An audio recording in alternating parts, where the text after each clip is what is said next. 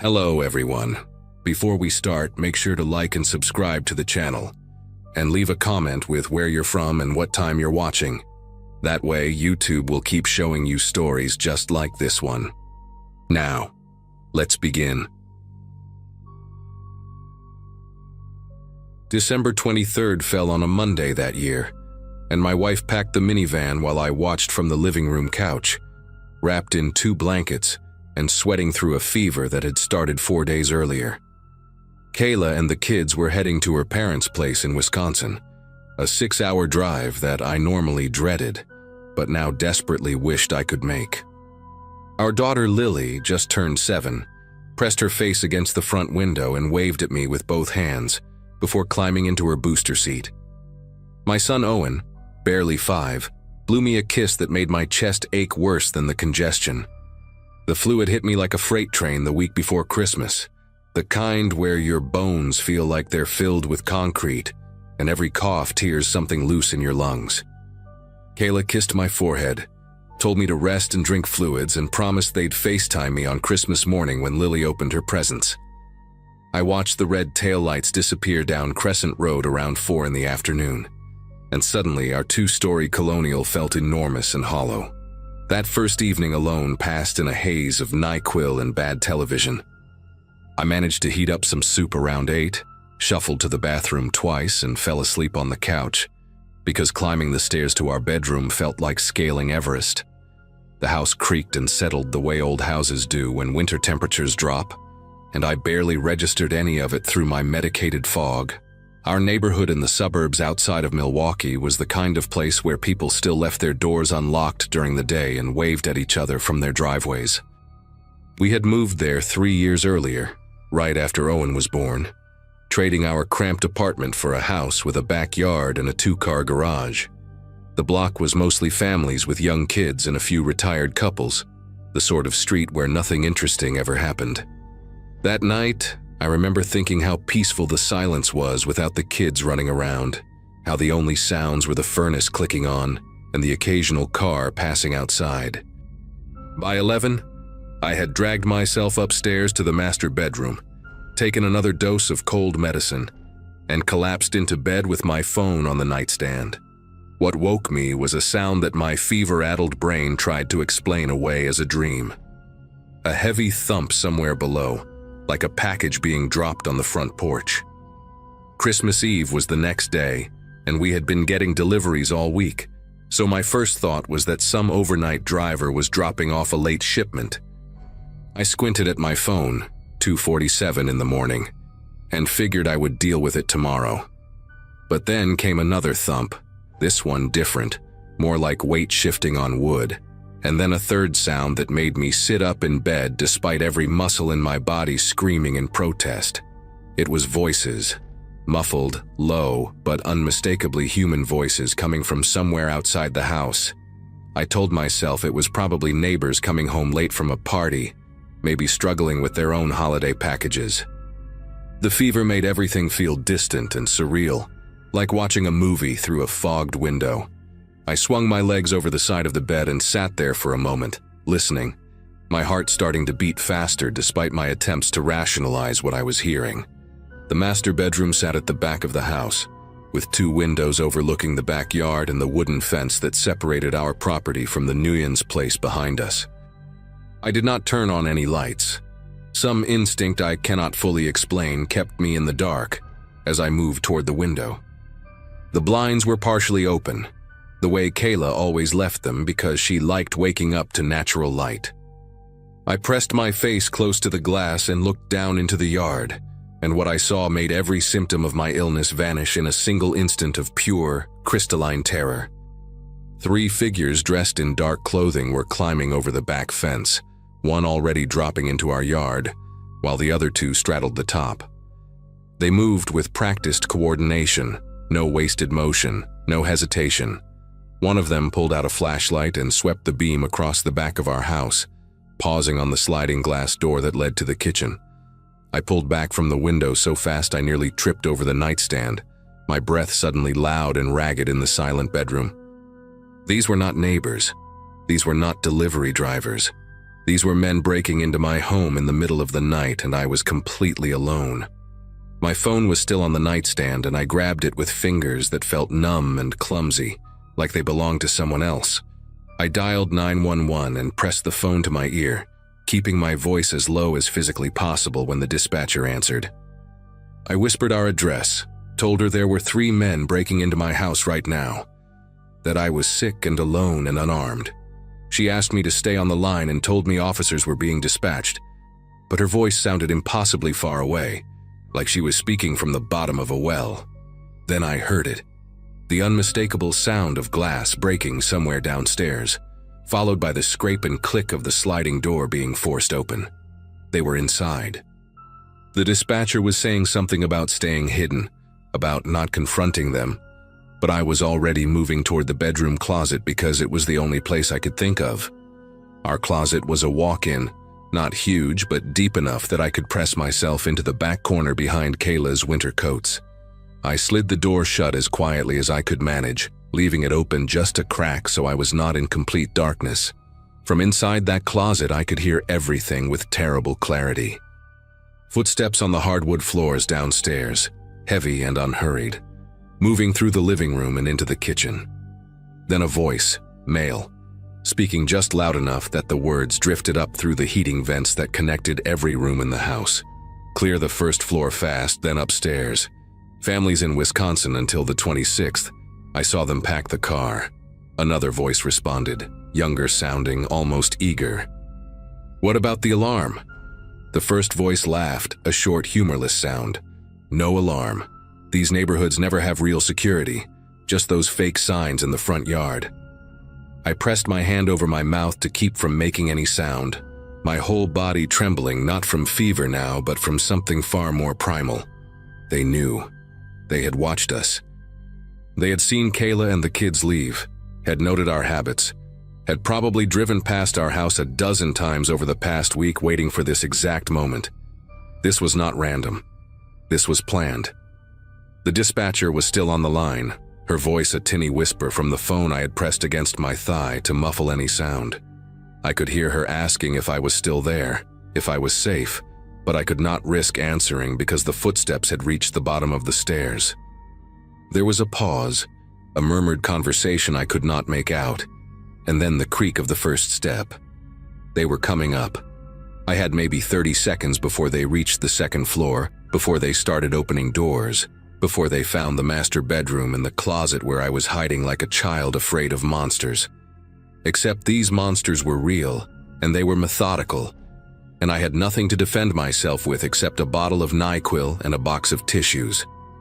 The phone screen glowed faintly against my leg, and I watched the call timer tick upward, 4 minutes and 12 seconds since I had dialed. The dispatcher had said officers were on their way, but our suburb was not exactly a high-crime area. Response times could be 10 minutes, 15, maybe longer on a holiday week when half the force was on vacation. The footsteps reached the top of the stairs and stopped. I heard one of them breathing, a thick, wet sound like he had a cold of his own, and then a flashlight beam swept under the crack of the closet door, moving left to right across the bedroom carpet. "Check the kids' rooms first," the older voice said, and the footsteps moved away down the hall toward Lily's room with its purple walls and stuffed animals. I heard the door open, heard someone rummaging through drawers, and then a different voice, the third man who had not spoken before, called out something about jewelry and a laptop. They were professionals. They knew exactly what they were looking for, knew which rooms to hit, knew how to move through a house quickly and efficiently. The closet suddenly felt impossibly small, the winter coats pressing against my back like hands trying to push me forward. I could smell Kayla's perfume on one of her jackets, a scent that usually comforted me, but now made me want to scream because it reminded me of everything I stood to lose if these men found me hiding in the dark.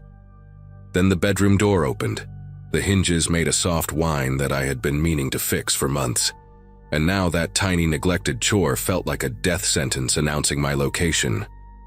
The flashlight beam cut through the darkness, sweeping across the bed with its rumpled sheets, across the nightstand with the half-empty glass of water and the bottle of cough syrup. I held my breath so completely that my lungs started to burn. my vision going spotty at the edges from lack of oxygen and pure concentrated fear. Footsteps crossed the carpet, moving toward the bathroom first. I heard the shower curtain being pulled back, the medicine cabinet opening and closing. "Nothing in here," the younger voice called out. "Check the closet," the older one responded from somewhere in the hallway, and I felt every muscle in my body lock up tight. This was it. There was nowhere else to hide, no escape route, no weapon within reach. I was going to be found by men who had broken into my home expecting it to be empty, and I had no idea what they would do when they discovered they were wrong. The closet door started to slide open, and in that moment I did something I still cannot fully explain. Maybe it was the fever, maybe it was some desperate survival instinct, but I started coughing. Not quietly, not trying to suppress it. I let loose with the worst, most wretched hacking cough I could produce, the kind that sounded like tuberculosis and pneumonia combined. The door stopped moving. I kept coughing, adding a wet gurgling sound that came naturally given how congested I actually was. And then I heard the younger voice say something sharp and panicked. "Someone's in there! Someone's sick in there!" There was a commotion in the hallway, whispered arguing, and then the older voice cut through with authority. "Leave it, we got enough, let's move." The closet door slid shut again, and I heard footsteps retreating fast down the hallway, down the stairs, and then the slam of the back door. I kept coughing even after they were gone, unable to stop now that I had started, my whole body convulsing with the effort as tears streamed down my face. The police arrived, 11 minutes after I had first dialed, which meant they missed the intruders by maybe 3 or 4 minutes. I was still in the closet when I heard sirens, still clutching my phone with the 911 call at 17 minutes, and counting. 2 officers came through the broken back door with their weapons drawn, calling out and identifying themselves, and I finally managed to croak out that I was upstairs, that I was the homeowner, that the men were gone. They found me sitting on the closet floor surrounded by winter coats, shaking so badly that one of them thought I was having a seizure. The paramedics they called checked my vitals and said my fever had spiked to 103, probably from the stress and adrenaline.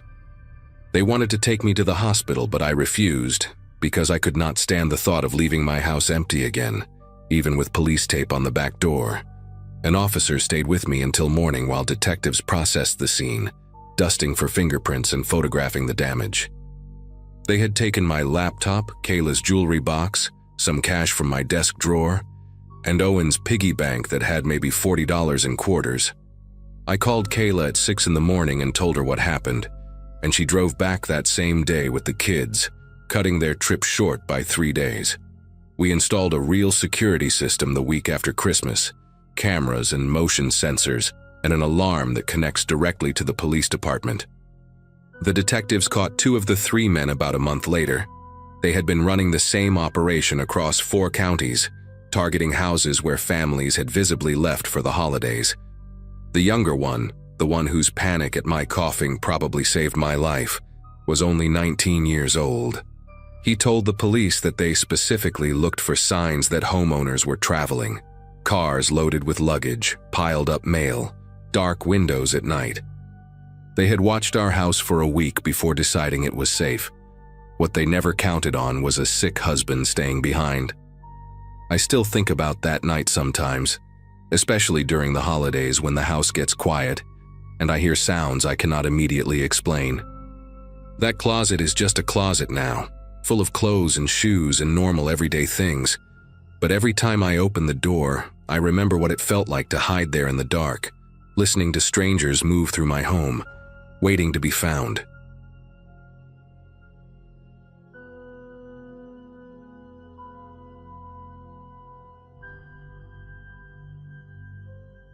My coworkers used to joke that I was the last person who would ever get into trouble.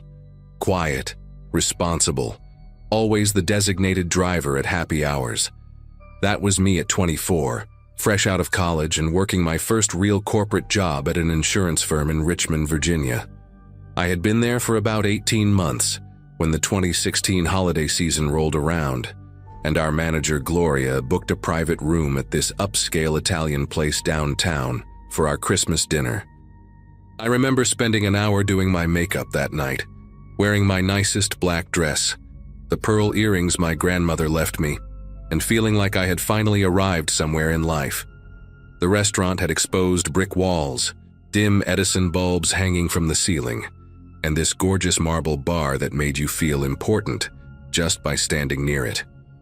I was so focused on having a good time, on fitting in with people I admired, that I never once considered anything could go wrong. 9 years later, I still get a knot in my stomach every time office holiday parties come around, because what happened after that dinner changed the way I move through the world forever. The dinner itself was perfect, almost annoyingly so in retrospect. Our group of about 15 people laughed, exchanged white elephant gifts, and drank way too much red wine for a Wednesday night. Gloria, this fierce woman in her 50s with silver streaks in her hair and a laugh that filled entire rooms, kept refilling my glass and telling embarrassing stories about difficult clients. By 10:30, most of us were tipsy and warm from the alcohol. That kind of buzzing happiness where everything feels soft around the edges. People started leaving in small groups around 11, calling Ubers and saying long goodbyes in the cold December air out front. I stayed until almost midnight talking to a guy from accounting named Peter, this tall redhead with a gap between his front teeth, who always made me laugh with his terrible puns. When I finally decided to leave, the temperature had dropped significantly, and a bitter wind was cutting through the street like a blade. Instead of walking around the block to where I had parked my car, I made a decision that still haunts me. I figured I would cut through the alley behind the restaurant to save myself 2 minutes in the freezing cold. The alley was darker than I expected. The back of the restaurant had a single floodlight above the kitchen door, but it only illuminated a small circle near the dumpsters, leaving the rest of the passage in deep shadow. I could see the glow of the street on the other end, maybe 50 feet away, and I told myself it was fine.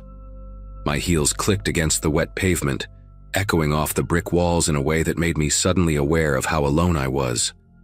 I pulled my coat tighter and walked faster, my breath forming little clouds in front of my face. I was maybe 15 feet into the alley when I heard footsteps behind me. Quick, deliberate, closing the distance. Before I could even turn around, a hand clamped over my mouth from behind and another grabbed my wrist so hard I felt the bones grind together.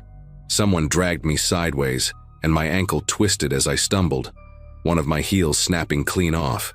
I tried to scream, but the hand pressed harder, and I could taste leather and something metallic, like the person had been handling coins. They shoved me behind the dumpster, into a space that smelled like rotting food and stale grease. A man pressed me against the cold brick wall, his face inches from mine, and in the dim light I could make out a ski mask with holes cut for his eyes and mouth. He was breathing hard, and I could smell cigarettes and something sour on his breath. His grip on my wrist was crushing, and he kept his other hand firmly over my mouth. I heard another voice from the entrance of the alley, low and urgent. Another one from the office party, hurry before more come out. That sentence hit me like a punch to the chest. Another one. They had been waiting, watching us leave the restaurant one by one, picking off whoever wandered away from the group. This was not random. This was not bad luck. These men had planned this, had studied us through the window as we laughed and drank, knowing exactly what they were going to do when we stumbled out into the night. The man holding me yanked at my purse strap so hard it burned across my shoulder before snapping. I heard the contents spill somewhere on the ground, my lipstick rolling away, keys jingling against concrete. He shoved the purse at someone I could not see, and then his hands were on me again, pulling at my coat, patting my pockets. When his fingers found my phone in my jacket, he ripped it out and tossed it behind him. Then he saw my earrings, my grandmother's pearls. He reached for my ear and I did something I did not plan, something that came from a place of pure animal instinct. I bit down on the hand, covering my mouth as hard as I could. I tasted blood, felt skin tear between my teeth, and the man screamed and jerked his hand away. For 1 second, maybe 2, his grip loosened and I twisted sideways and started to run. I made it 3 steps before something hard hit the back of my head and the world tilted sideways. I hit the ground on my hands and knees, my palms scraping against broken glass and gravel, pain shooting up my arms.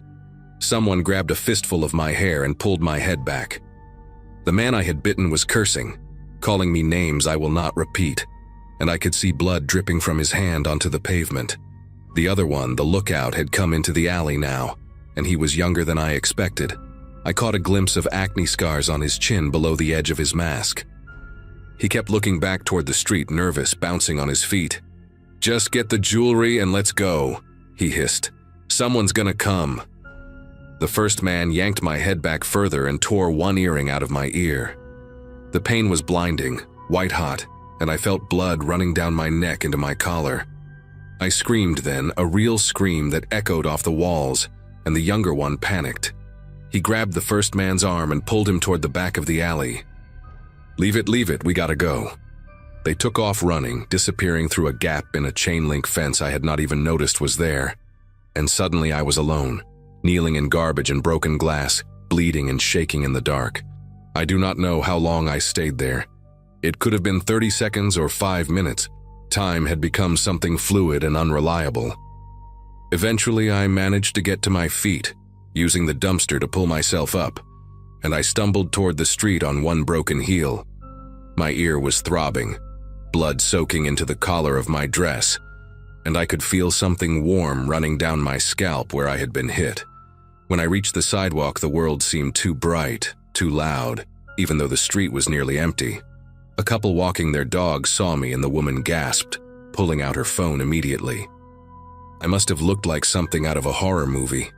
Mascara streaked down my face, blood on my neck and hands, my coat torn and dirty. The man took off his jacket and wrapped it around my shoulders, asking me questions I could barely process. Someone called 911. Someone else ran into the restaurant to get help. And then Gloria was there, her face pale and terrified, holding my hands and telling me I was going to be okay, that help was coming, that I was safe now. The police arrived before the ambulance. 2 officers, a man and a woman, and they asked me to describe what happened while we waited for the paramedics. I told them everything I could remember, the ski masks, the voices, the phrase about the office party. The female officer's expression changed when I mentioned that. She stepped away and spoke into her radio, and when she came back, she asked me the name of the restaurant and how many people had been at our dinner. I found out later what she had already known. I was the 3rd person attacked that night. A woman named Sandra from our marketing department had been mugged 2 blocks away around 11:15, walking to her car after saying goodbye to everyone. A man named Craig from IT had been jumped near the parking garage at 11:45, beaten badly enough to need stitches above his eye. 3 attacks in less than an hour, all targeting people leaving the same Christmas party. The paramedics loaded me into the ambulance as this information sank in, and I remember staring at the ceiling of that vehicle, thinking that none of this felt real, that I would wake up tomorrow and it would all have been some terrible wine-fueled nightmare. At the hospital, a nurse cleaned the wound on my ear where the earring had been ripped out. She told me I was lucky. The lobe had torn, but not completely, and it would heal with proper care. Lucky. The word made me want to laugh and cry at the same time. A doctor examined my head, said I had a mild concussion, and told me to have someone wake me every few hours through the night. Gloria stayed with me the whole time, sitting in that plastic chair by the bed, texting updates to our co-workers. Around 3 in the morning, a detective came to take my full statement. His name was Franklin, a tired-looking black man in his 50s with gray at his temples and kind eyes that had seen too much. He told me what the police had pieced together so far. A crew of at least 4 people had been targeting corporate holiday parties downtown for the past 2 weeks. They would scout restaurants with private event rooms, watch the guests through the windows, note the jewelry and expensive coats, and then wait outside for people to leave drunk and alone. They had hit 6 different parties before ours, but this was the first night they had gotten aggressive enough to physically hurt anyone. Something had escalated. Maybe they were getting desperate, or maybe they had just stopped caring about consequences. Detective Franklin asked me if I could identify any of them, and I told him about the acne scars on the younger one's chin, the cigarette smell on the other's breath, The specific way the first man had cursed when I bit him. A slight accent I could not quite place, maybe something Eastern European. He wrote everything down in a small notebook, nodding slowly. Before he left, he gave me his card and told me they would be in touch. I spent the rest of that night at Gloria's apartment because I could not stand the thought of being alone. Her husband made us tea and sat quietly in the living room, while Gloria helped me wash the blood out of my hair in her bathroom sink. I kept catching glimpses of myself in the mirror, the bruise forming on my temple, the bandage on my ear, the hollowness in my eyes, and I did not recognize the woman looking back at me. That confident girl who had done her makeup so carefully just hours before, who had felt so proud of her little black dress and her grandmother's pearls. She was gone. Something had been taken from me in that alley, something beyond the purse and the phone and the jewelry, and I did not know if I would ever get it back. The police caught them 11 days later. Detective Franklin called me on a Saturday morning to tell me that a pawn shop owner had recognized one of my grandmother's earrings, the one they had managed to take, from the description circulated to local businesses. The man who tried to sell it matched the details I had given: stocky build, cigarette smell, and when they pulled him in for questioning, they found bite marks on his hand that were still healing.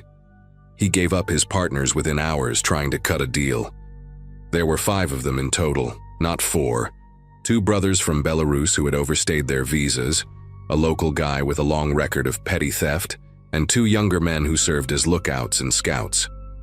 They had made over $40,000 in 3 weeks hitting holiday parties across the city, preying on people who were too drunk and happy to be cautious. The younger one with the acne scars, a 19-year-old named Victor, actually cried during his arrest and kept saying he never wanted anyone to get hurt. I did not feel sorry for him. I did not feel sorry for any of them.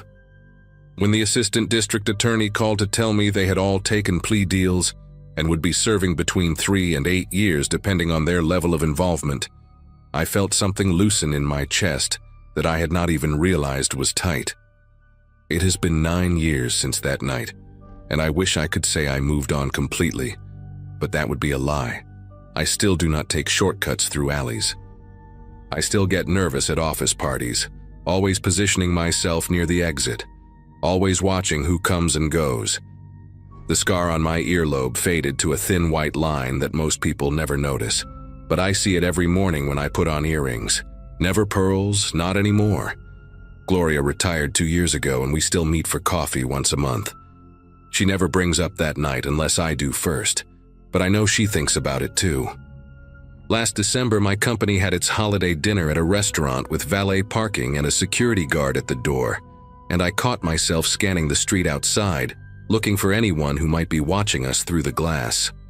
I know that fear will probably never go away entirely, and I have made peace with that. What happened in that alley taught me something I carry with me now. The world is full of people waiting for you to let your guard down, and sometimes the most dangerous moments come wrapped in celebration and warmth. I survived. Sandra and Craig survived.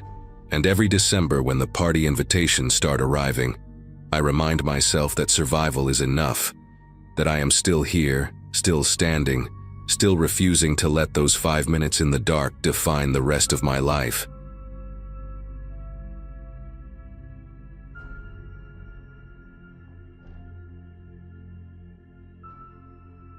Corporate training conferences have a special way of draining your soul, and after 6 straight days of fluorescent lights and PowerPoint slides about logistics optimization, all I wanted was to get home before Christmas. My company had scheduled this regional meeting at our Spokane satellite office with zero consideration for the fact that some of us would need to cross mountain passes in the dead of winter to get back. I worked as a logistics coordinator for a shipping company based in Salt Lake City, one of those jobs you fall into after college when your art history degree turns out to be worth less than the paper it was printed on. My graduating class had scattered across the country chasing careers, and here I was 10 years later, spending more time on highways than in my own apartment. That Friday morning, I threw my overnight bag in the back of my Subaru Outback, grabbed the largest coffee the hotel lobby offered, and pointed myself toward Interstate 90 heading south. The December sky hung low and gray, pregnant with snow that the weather app swore would hold off until I was safely through the passes. I believed that little green checkmark more than my own gut, and that choice haunts me still. The first few hours passed without incident, just me and the hum of the heater. A true crime podcast filling the silence as I watched Montana unfold through my windshield. I stopped for gas outside Missoula, standing in a parking lot so cold that my breath crystallized the moment it left my lips, and texted my roommate Jenna that I should roll in around 9 or 10 that night. She responded with a row of Christmas tree emojis and promised her famous spiked hot cocoa would be waiting, the kind with cayenne pepper that warms you from the inside out. I remember smiling at my phone, picturing myself on our worn leather couch with a mug in my hands and my cat Oliver purring on my lap. The highway began its slow climb after Helena, the landscape transforming from flat brown farmland into dense pine forests blanketed in white. The mountains out there have a way of making you feel utterly insignificant, like civilization is just a thin veneer that nature tolerates but could shrug off at any moment. I drove in silence after a while, the podcast abandoned, watching the trees blur past and the road narrow, completely unaware that within 2 hours I would be speeding through ice and darkness, while 3 men sprinted after my car with intentions I still cannot bring myself to fully imagine. The pass I needed to cross was called Lolo, and if you have ever driven it in winter, you know exactly why my stomach tightened as the elevation climbed. The road twists and curves along cliff edges, hugging the mountainside with guardrails that look like they were installed sometime during the Eisenhower administration. Snow had been plowed to the sides, forming walls of dirty white that narrowed the lanes and limited visibility around every bend. I slowed to about 40 miles per hour, my knuckles pale against the steering wheel, watching for black ice on the asphalt. The few cars I had seen earlier seemed to have vanished, and I realized I had not passed another vehicle in at least 20 minutes. Cell service had dropped to nothing somewhere around the last switchback, my phone showing that useless no service message that feels like a death sentence when you are alone in the mountains. I told myself this was fine, that thousands of people drove this pass every winter without incident, that I just needed to focus and take it slow.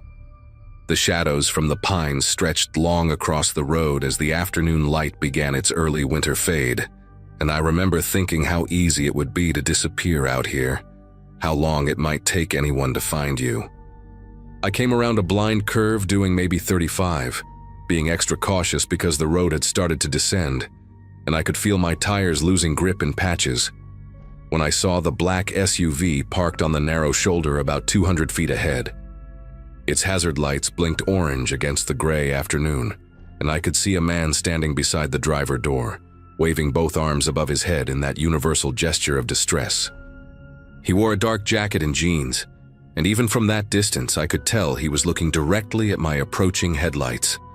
My first instinct, the one drilled into me by years of being a woman who travels alone, was to keep driving. Do not stop for strangers on empty mountain roads, especially when your phone does not work and the nearest town is 40 minutes behind you. But then another thought crept in, the guilty one, the one that whispered about how I would feel reading a news story tomorrow about some poor man who froze to death on Lolo Pass while cars drove by without helping. The temperature outside was hovering around 15 degrees. If his car had broken down, if he had been out there for hours already, he could genuinely be in danger. Slowed down even more, my mind racing through options, and in that hesitation, I made the decision that nearly cost me everything. I pulled onto the shoulder about 30 feet behind the SUV, leaving my engine running and my headlights on because something in the back of my brain was still screaming at me to be careful. The man started walking toward my car immediately, his gait quick and purposeful despite the icy ground, and I noticed he was not shivering at all. That detail registered somewhere deep in my consciousness but did not fully surface until later. He was maybe mid-40s, with a weathered face and a thick beard that had patches of gray near his chin. I cracked my window about 2 inches, just enough to hear him but not enough for a hand to fit through, and called out asking what was wrong. He leaned down to my window level, close enough that I could see his breath fogging the glass, and said his battery had died and his phone was dead too. Asked if I had jumper cables or could give him a ride to the next town. His voice was calm, almost too calm for someone who had supposedly been stranded in freezing temperatures. I was about to tell him I had cables in my trunk when movement in my peripheral vision made every nerve in my body fire at once. Two figures stepped out from behind the SUV, one from each side, and they were walking toward my car with a speed that had nothing to do with asking for help. The one on the left was carrying something long and metal, a crowbar or a tire iron. I could not tell which, and it did not matter. The one on the right was already at my back door before I could even process what was happening, and I heard the handle click as he yanked it hard. Thank God I had locked my doors automatically when I started driving that morning, a habit my father had drilled into me since I was 16. The man at my window changed completely in that instant, his calm demeanor evaporating into something predatory and cold. He shoved his arm through the gap I had left open, trying to reach the lock or grab my hair, I do not know which. I screamed something, probably just a raw sound of terror, and slammed my foot on the gas pedal without any thought beyond escape. My tires spun on the ice for one horrifying second where nothing happened, where the world seemed to pause and let me understand exactly how trapped I was.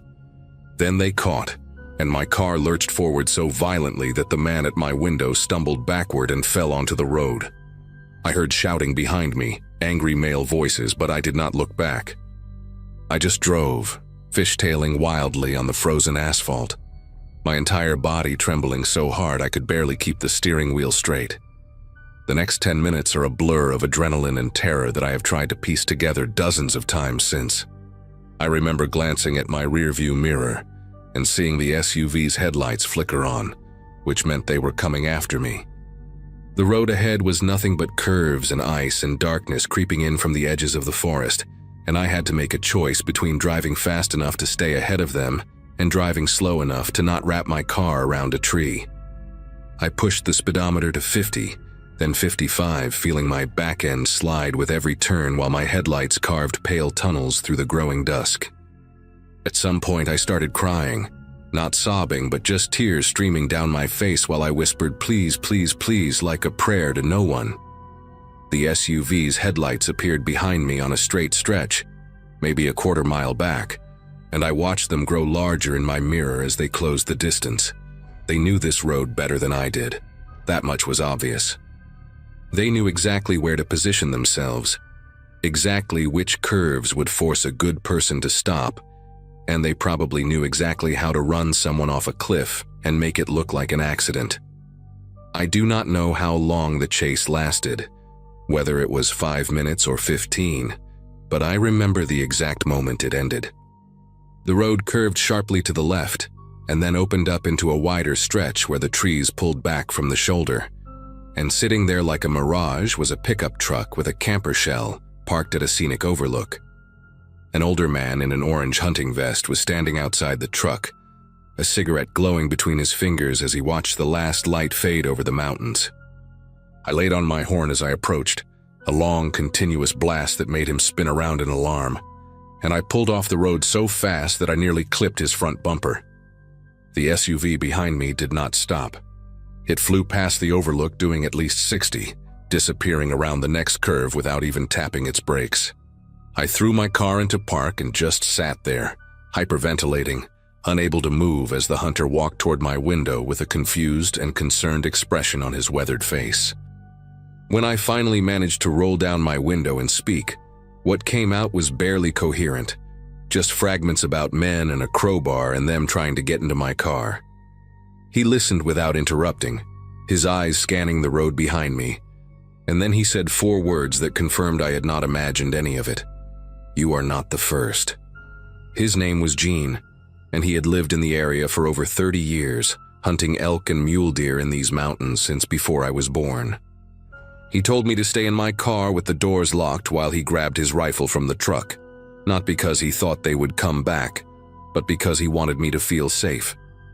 Once he was standing beside my window with a scoped hunting rifle cradled in his arms, he explained what he knew. There had been 4 other incidents on this stretch of road in the past 2 months, all of them following the same pattern. A black SUV with hazard lights, a man waving for help, and then multiple attackers emerging once someone stopped. 2 of the victims had been carjacked and left stranded in the freezing cold. One of them a mother with 2 kids in the back seat who had to walk 3 miles in the snow before finding help.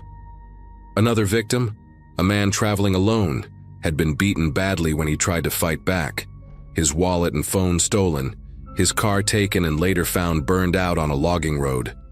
The police knew about it, Jean said, but the passes covered multiple jurisdictions, and the attackers never stayed in one spot long enough to be caught. They picked blind curves where drivers had to slow down, places where guilt would override caution, where the human instinct to help someone in trouble became a trap. I sat in my car at that overlook for almost an hour, waiting for my hands to stop trembling enough to drive. Jean refused to leave until he was sure I was okay, standing guard with his rifle while the temperature dropped and stars began to appear in the darkening sky above us. He let me use his satellite phone to call the county sheriff, and I gave a statement right there on the side of the road, describing the 3 men, the SUV, the license plate I had not thought to memorize because I was too busy trying not to die. The deputy on the phone sounded tired but not surprised, and he confirmed what Jean had told me. This crew had been hitting the passes all winter, moving between locations, always targeting solo drivers who looked like they might stop for someone in distress. They asked if I wanted to press charges if they caught them, and I almost laughed at the question. Of course I did. These men had turned basic human decency into a weapon, had exploited the part of us that wants to help strangers, and they had almost certainly done worse things to other people than what they tried to do to me. Before he hung up, the deputy told me something I have never forgotten. He said the woman with the 2 kids, the one who had been carjacked, she only stopped because her son had pointed at the man waving and asked why no one was helping him. She told the police she could not drive past after that, could not let her children see her ignore someone who needed help. Jean followed me down the mountain that night, his headlights a steady presence in my rearview mirror for the next 40 miles until we reached a town with cell service and a gas station, bright enough to feel like civilization again. I hugged him in the parking lot, this stranger with a rifle and a cigarette habit who had probably saved my life just by being in the right place at the right time, and he told me to drive safe and stay smart. I made it home to Salt Lake City around midnight, 6 hours later than I had planned, and Jenna was still awake waiting for me with that spiked hot cocoa she had promised. I did not tell her what happened until the next morning because I could not find the words that night, could only sit on the couch with Oliver purring against my chest and stare at the Christmas tree lights blinking in the corner of our living room. She cried when I told her. I cried too, not from fear anymore, but from the strange delayed realization of how close I had come to becoming one of those stories people share around campfires, one of those unsolved mysteries that haunts a stretch of highway forever. 3 weeks later, I got a call from the sheriff's office telling me they had caught the men responsible. An off-duty state trooper had spotted the SUV setting up on a different pass and called it in, and when they ran the plates, it matched a vehicle reported stolen 2 states away.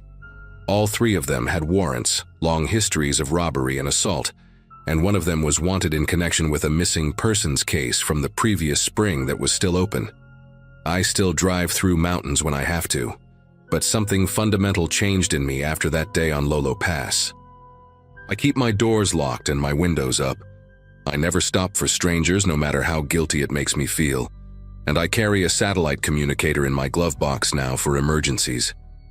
Sometimes I wonder about the person they were waiting for after me, whether anyone else stopped that evening before the sun went down completely, whether someone out there was not as lucky as I was. I think about that mother and her kids walking through the snow, about the man who got beaten for trying to fight back, about all the people whose basic goodness was weaponized against them by men who saw compassion as nothing more than opportunity. The worst part is not the fear that lingers, though that is bad enough. The worst part is knowing that a small piece of my faith in humanity got left behind on that frozen road, and I am not sure I will ever get it back. I used to be the kind of person who stopped to help strangers.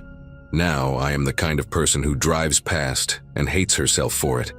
And every time I see someone on the side of the road with their hazard lights on, waving for help, I feel that war inside me all over again. The guilt pulling one way and the memory of those 3 men pulling the other. And I press the gas pedal a little harder and whisper an apology to whoever they are, real or not, and I keep driving.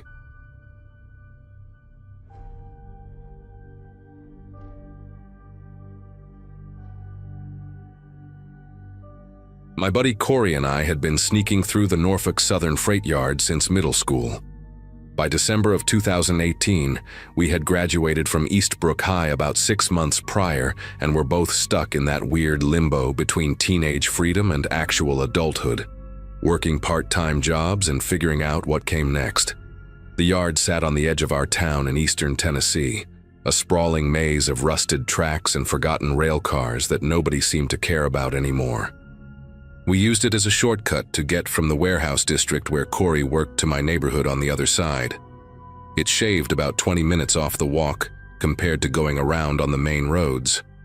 That particular night, the first Saturday of December, Corey had finished his shift around 11 and texted me to meet him at our usual spot near the old signal tower.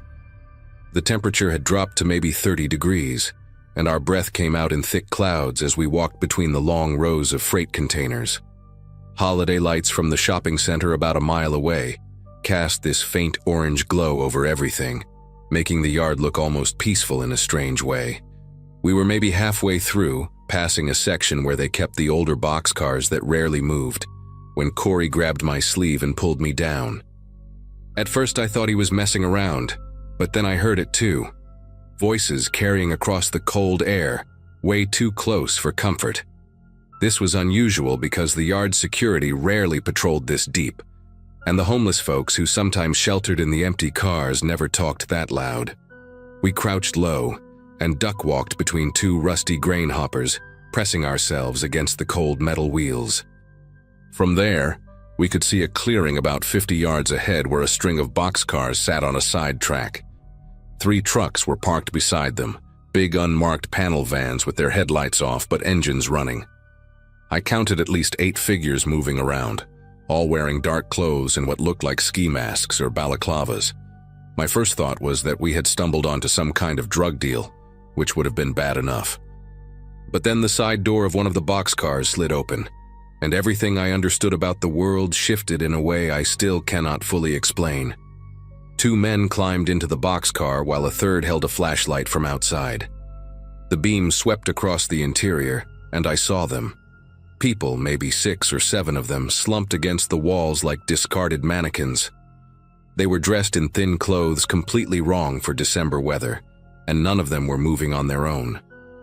One by one, the men started dragging them out, carrying them like sacks of grain toward the waiting vans. Corey's hand found my arm in the dark, his fingers digging in so hard I knew there would be bruises later. We both understood immediately that this was not a drug deal. These were human beings being loaded into vehicles against their will, and the way their heads lolled and their limbs hung limp told me they had been drugged or sedated somehow. I remember the cold metal of the railcar wheel pressing into my back, the smell of diesel and rust, and this horrible feeling of helplessness spreading through my chest. Every instinct screamed at me to run, to call someone, to do something, but my body refused to cooperate. The men worked fast and efficient like they had done this many times before. They communicated in short bursts, hand signals and whispered commands in a language I could not identify. One of them kept checking his phone, the screen glow briefly illuminating a face that looked weathered and impatient.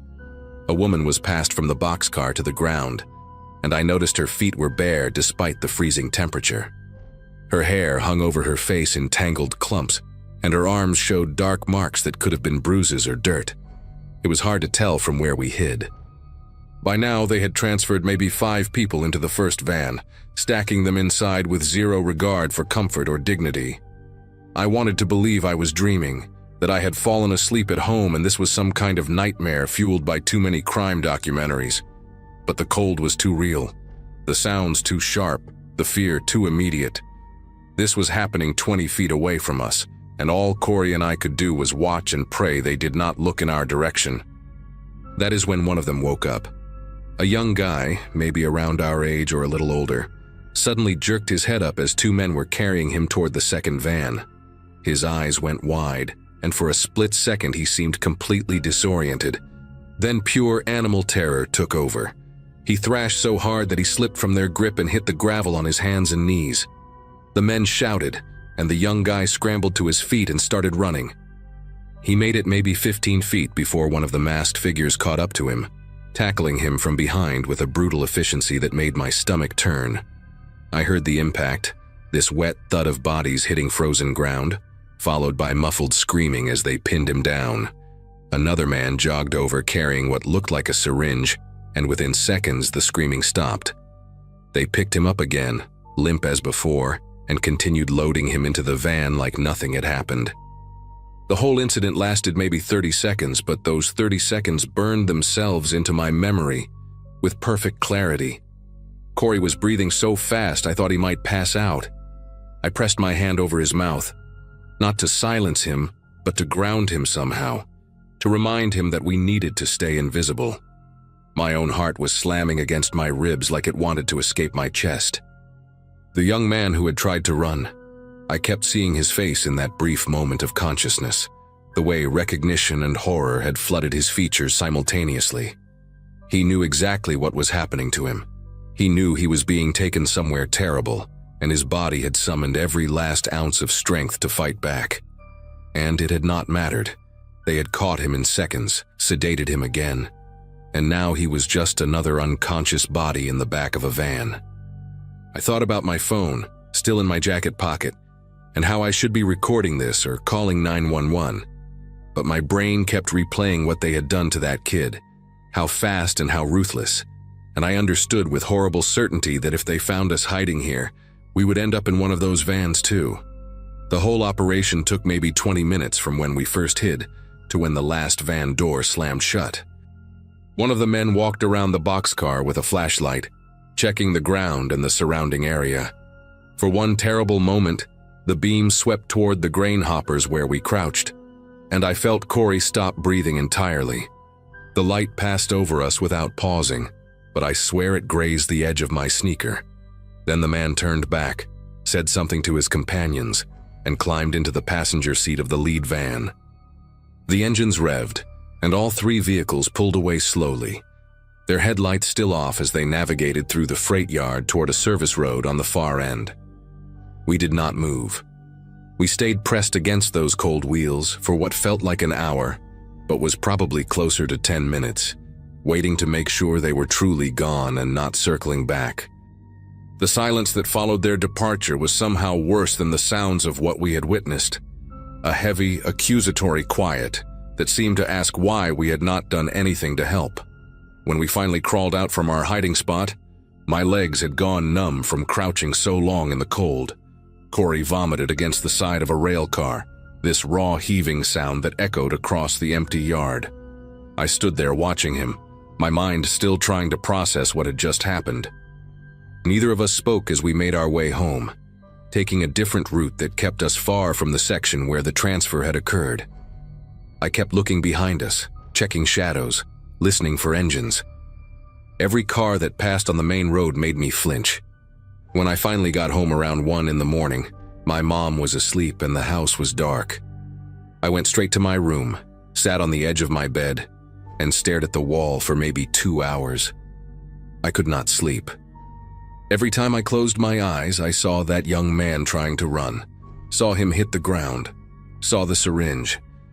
I knew I needed to tell someone, but I had no idea how to explain what we had seen without putting ourselves in danger. Corey called me the next morning, his voice hoarse and shaky. He had not slept either. We talked in circles for almost an hour, going back and forth about what to do. Part of me wanted to go straight to the police, tell them everything, and let them handle it. But Corey pointed out that we had been trespassing when we saw it, that we had no proof, no photos, no license plates, just the word of 2 teenagers who had been cutting through private property at midnight. And there was something else neither of us wanted to say out loud. If these people were organized enough to move human beings through a freight yard like cargo, they were probably organized enough to find out who reported them.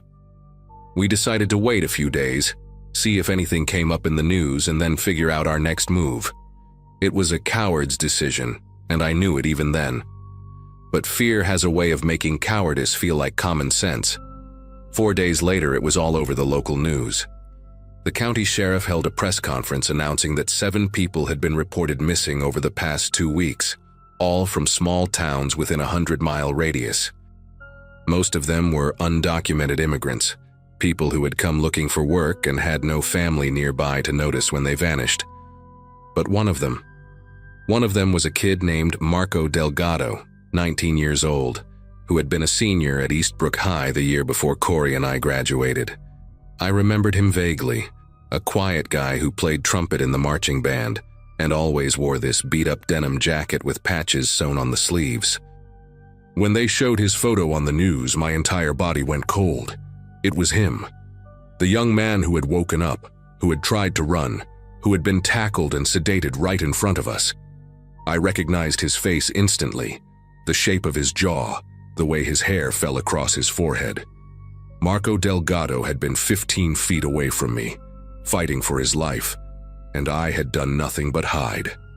That same night, Corey and I went to the police station together. We told them everything: the freight yard, the boxcars, the vans, the masked men, Marco trying to escape. The detective who interviewed us, a tired-looking woman named Russo, listened without interrupting and took notes in a small spiral notebook. She asked us to describe the men, the vehicles, anything we could remember about markings or sounds or smells. We gave her every detail we could recall, which turned out to be a lot more than I expected.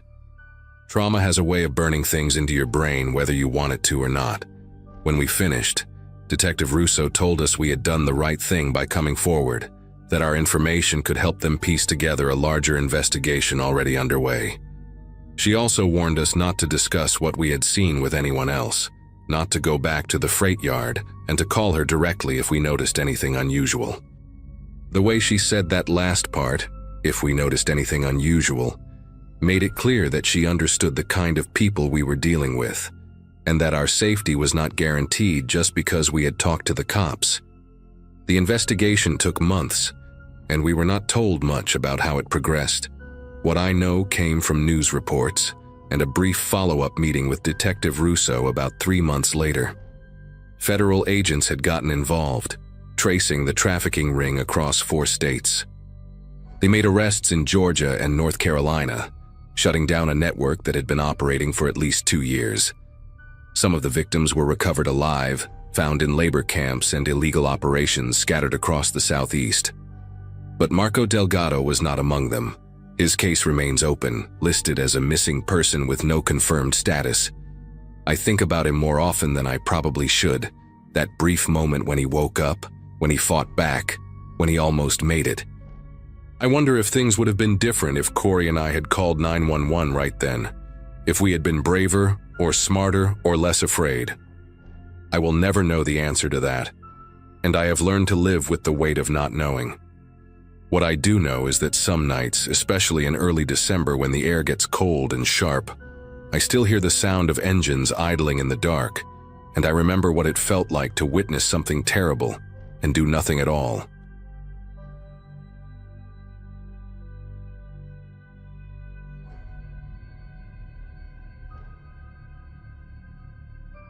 Syracuse gets dark early in winter, and I mean dark. By 4:30 in the afternoon, the sky already looks like someone pulled a curtain over the whole city, streetlights flickering on while most people are still finishing their shifts. I worked at a warehouse distribution center on Lakeview Road, sorting packages and loading trucks until my back screamed for mercy, and every evening I walked 6 blocks to catch the 5:47 bus on Caldwell Avenue. The stop itself was nothing special, just a metal shelter with a cracked plastic bench, wedged between an abandoned dry cleaner and a storage facility surrounded by chain-link fence. Most of my coworkers had cars, waving goodbye from the parking lot while I zipped up my jacket and started the walk. Having graduated high school back in 2011, I always thought my life would look different by now, but there I was, riding public transit in the freezing cold, saving every dollar for an apartment with radiators that clanked and groaned like something was trapped inside the walls. I first noticed the car on a Wednesday, the first week of that month, a dark blue sedan, older model, maybe a Ford Taurus or something similar, parked across the street from the bus shelter with its engine off. Someone sat behind the wheel, just a shape against the faint glow of a phone screen. I barely registered it at first. People wait and parked cars all the time for 100 different reasons, picking up family members, killing time, avoiding conversations at home. I checked the transit app on my phone and saw 7 minutes until arrival, so I stamped my feet to keep warm and watched my breath form little clouds that vanished into the cold air. When I looked up again, the silhouette inside the sedan had shifted. The person was no longer looking at their phone. Their head was turned toward the bus shelter, toward me, just sitting there motionless behind the glass. A delivery truck rumbled past and blocked my view for a moment, and when it cleared, nothing had changed. Same car, same figure, same unsettling stillness. I told myself it was nothing, and got on the bus when it arrived, forgetting about the whole thing before I even reached my stop. Thursday came and went without incident, mostly because I had to stay late for inventory, and missed my usual bus by almost an hour.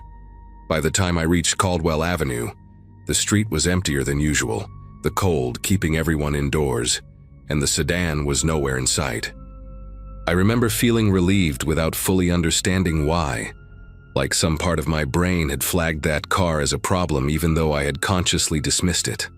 Friday was different. I left work at my normal time, walked the same 6 blocks, and there it was again.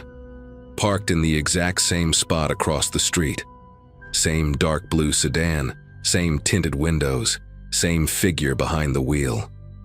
This time the engine was running, a thin trail of exhaust curling up into the frozen air, and the headlights were off even though the sun had already set. I stood under the bus shelter and pretended to scroll through my phone, but my eyes kept drifting back to that car.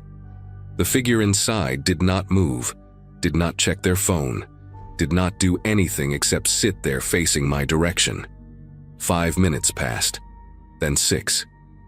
I could feel my pulse in my throat, which sounds dramatic, but you have to understand how isolated that bus stop was. No pedestrians, no other cars, just me and that sedan, and the buzz of a failing streetlight above my head.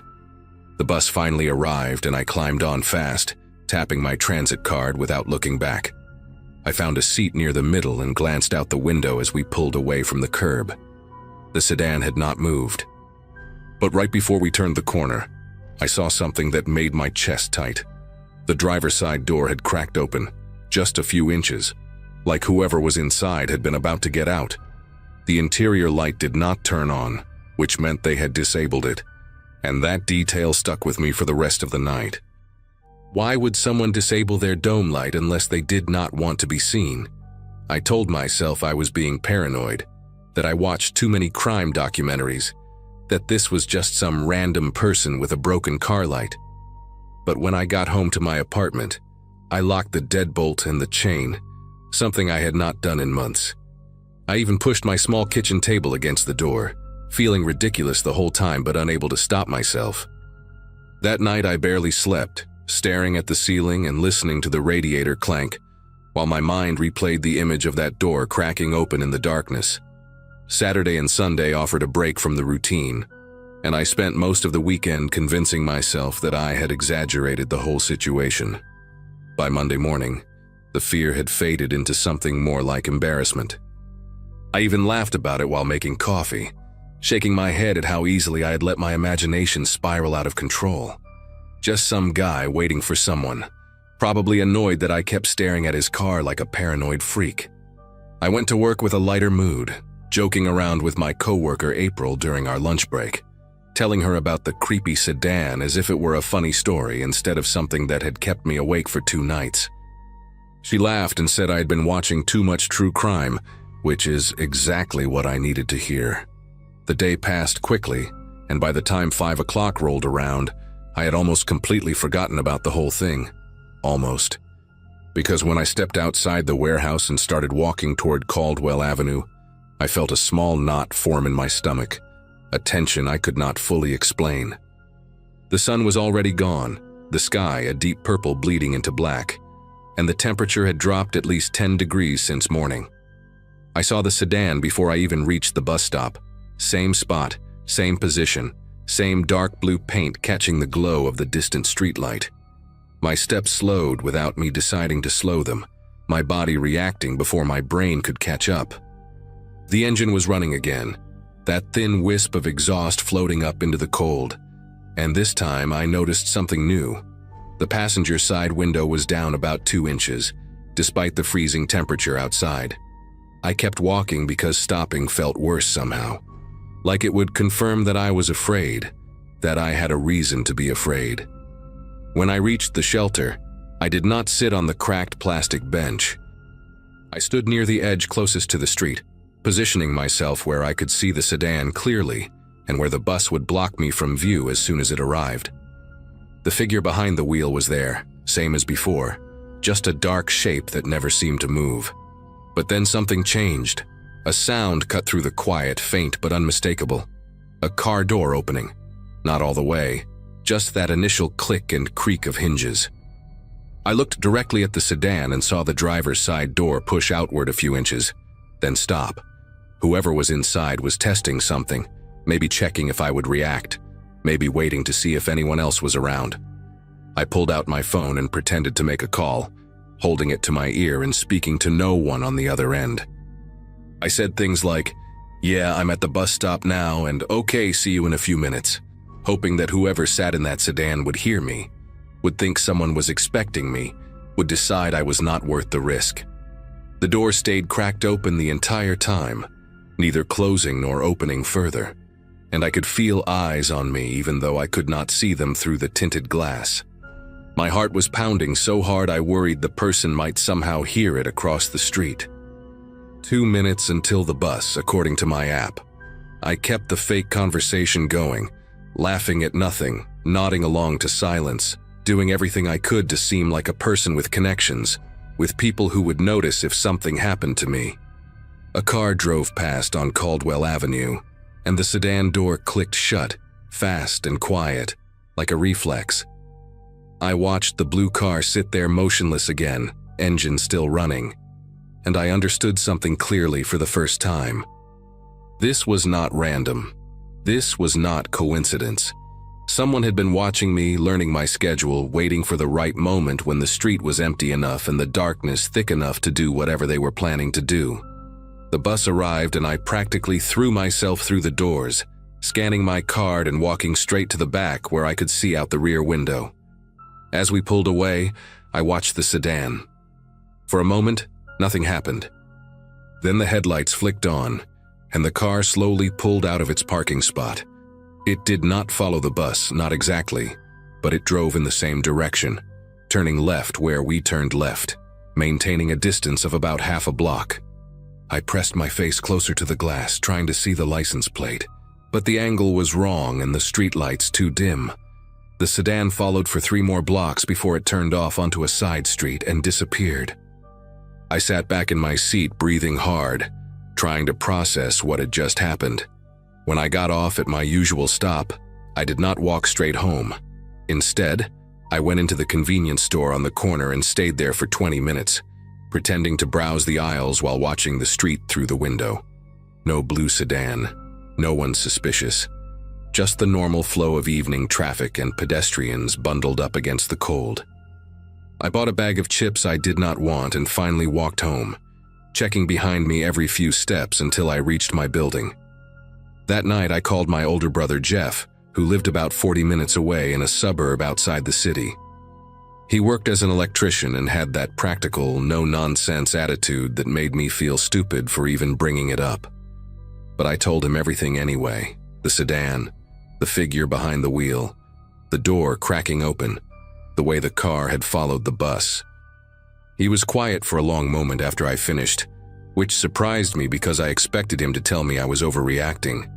Instead, he asked me specific questions. What color was the car exactly? Did I notice any dents or stickers or anything distinctive? What time did I usually get to the bus stop? Had I noticed anyone else being watched?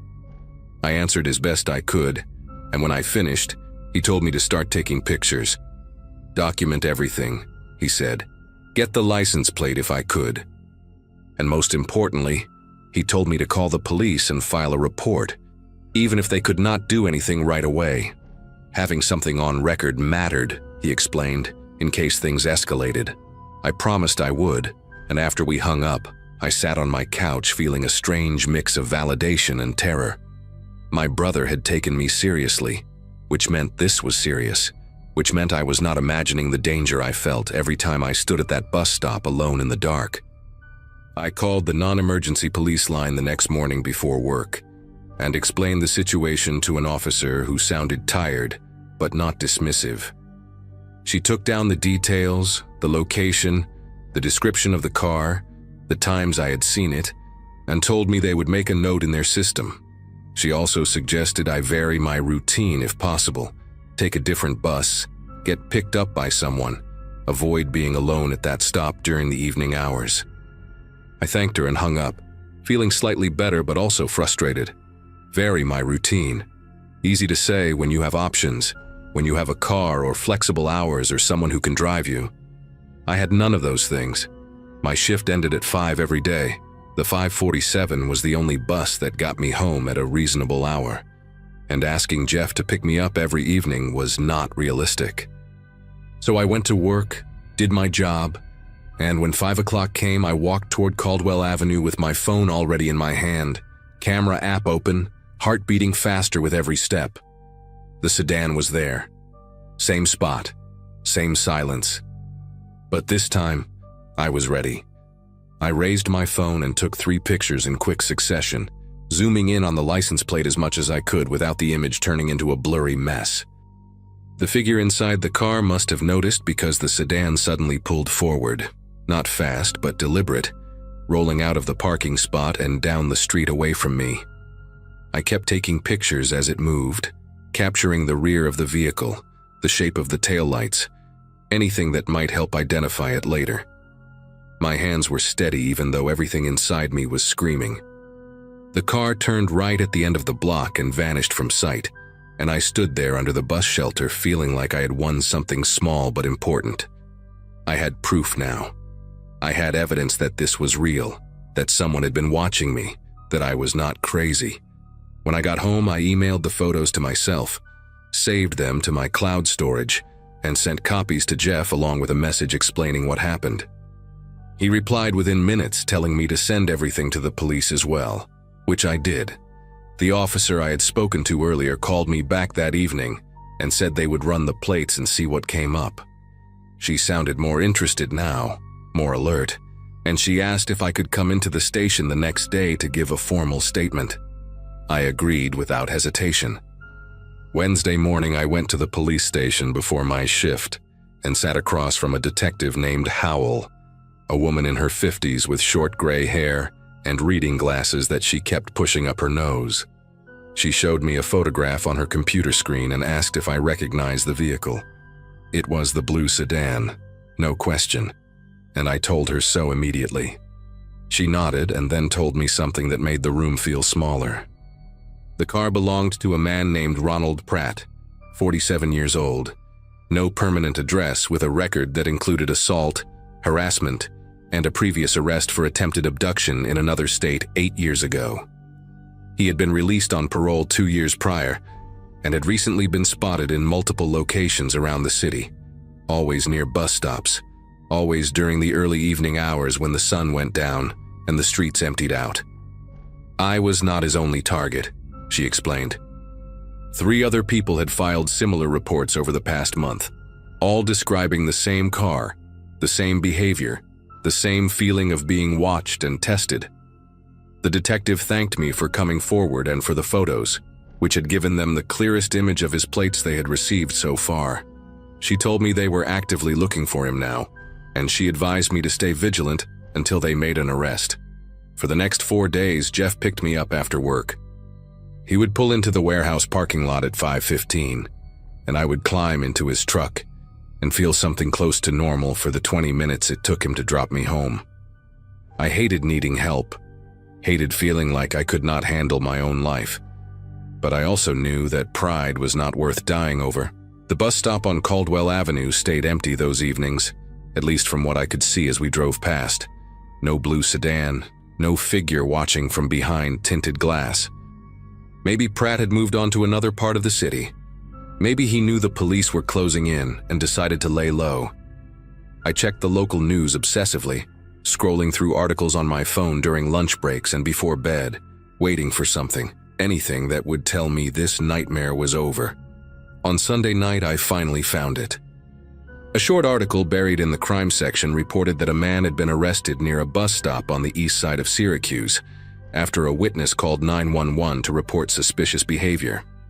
The suspect, identified as Ronald Pratt, was taken into custody without incident and was being held on multiple charges including stalking, harassment, and violation of parole.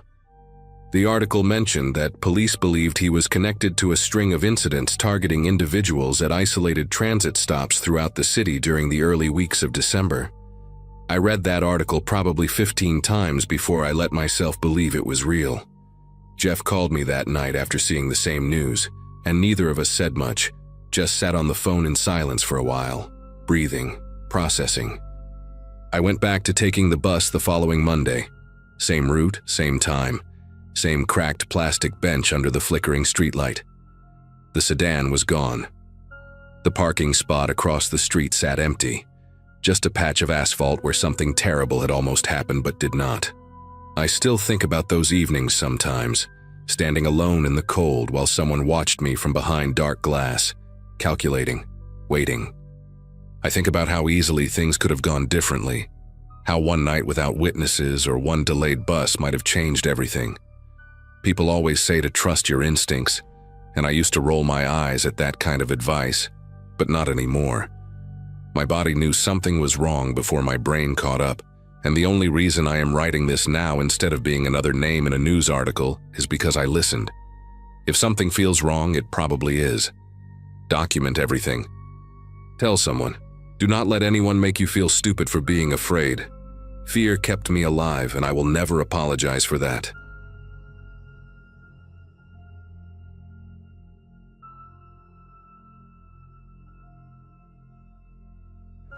Divorce has a way of making you crave silence.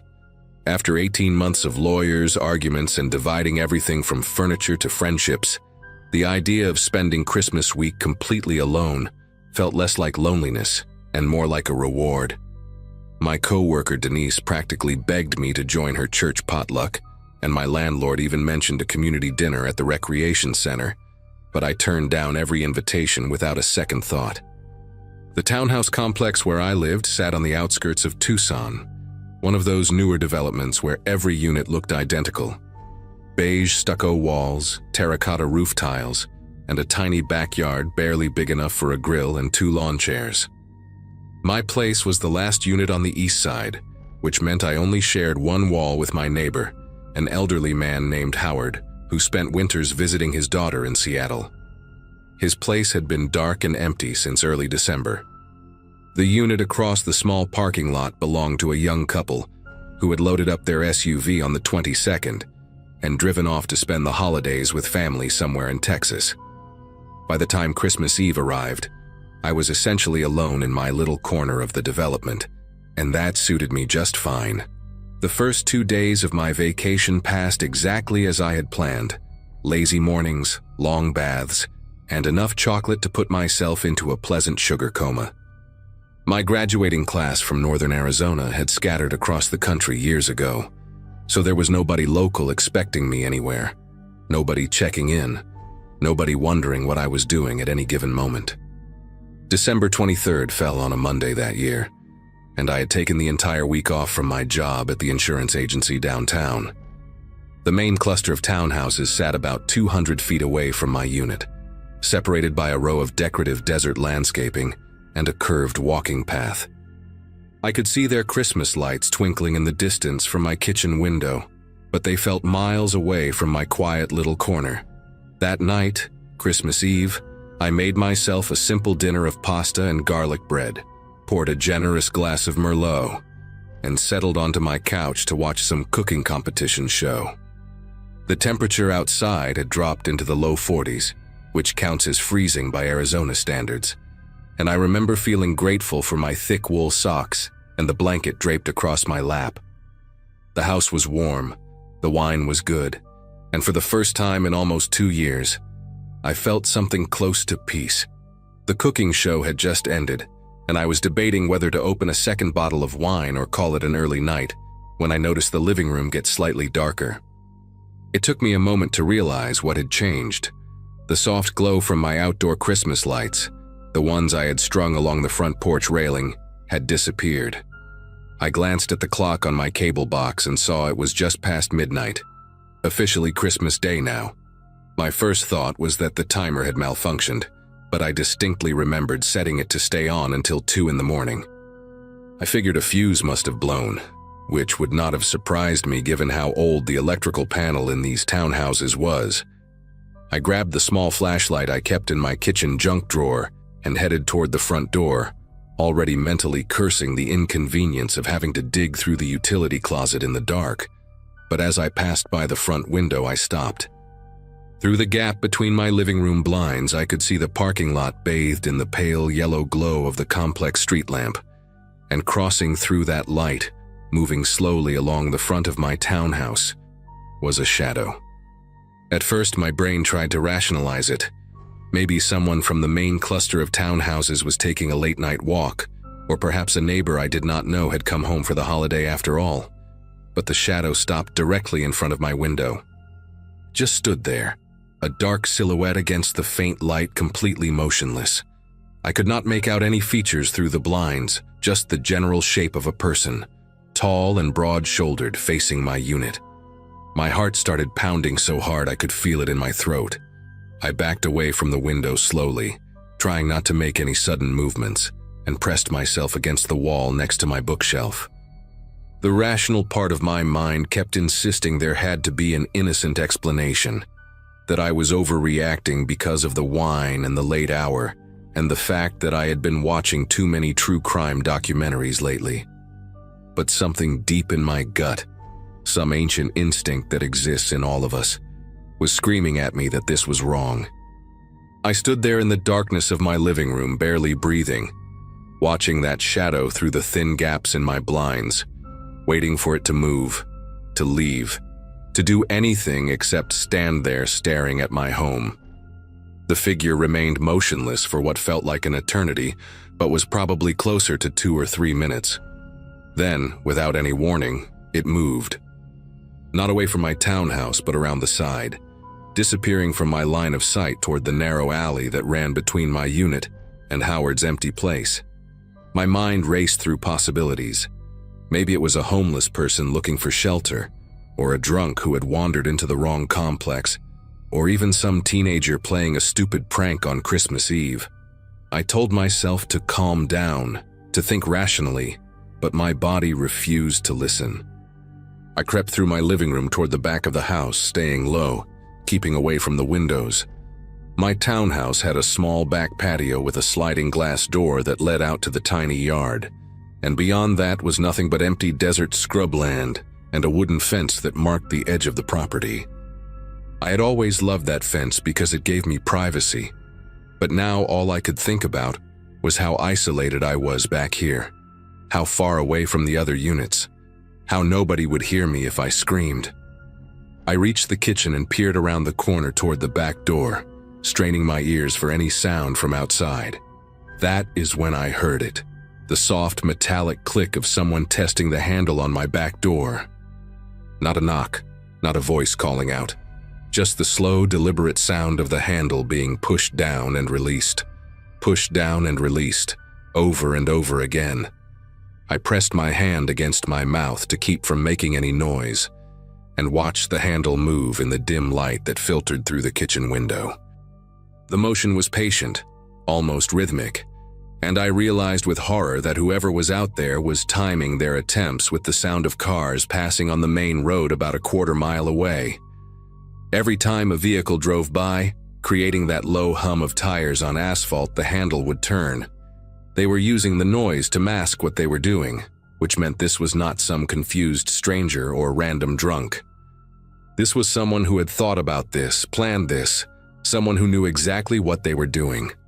My phone was on the coffee table in the living room, and the distance between me and that phone felt like miles.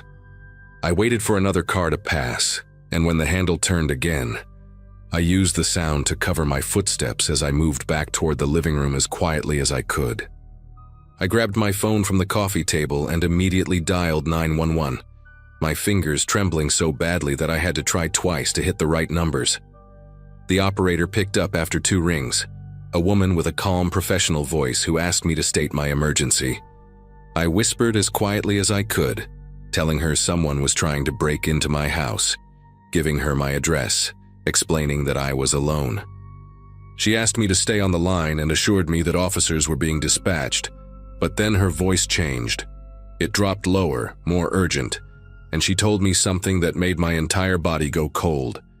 She said she needed me to stay very quiet because there was background noise on my call, breathing, heavy and close like someone was listening in on another line. For a moment I did not understand what she meant. I only had one phone, a cell phone, and I was the only person in the house. Then the realization hit me like a punch to the chest. Whoever was outside had somehow accessed my call, was somehow hearing everything I was saying to the dispatcher. The operator whispered for me to move to the most secure room in my house and barricade the door, to not say another word, to just listen for the sirens. I ended the call against her instructions because I could not stand the thought of that breathing on the line, of him hearing my location, my fear, everything. I ran to my bedroom at the back of the townhouse and locked the door behind me, then dragged my heavy wooden dresser in front of it with a strength I did not know I possessed. My bedroom had one window that faced the backyard, and I made sure the blinds were completely shut before I crouched down in the corner between my bed and the closet. The silence in the house was suffocating. I strained to hear any sound. Footsteps, the handle turning again, glass breaking. But there was nothing. Just the distant hum of the occasional car on the main road and the pounding of my own heartbeat in my ears. Minutes passed, each one stretching into what felt like hours. I kept checking my phone, watching the time crawl forward, wondering how long it would take for the police to arrive in this remote corner of the city on Christmas morning. Then I heard something that nearly stopped my heart, a scraping sound, slow and deliberate, coming from the front of the house.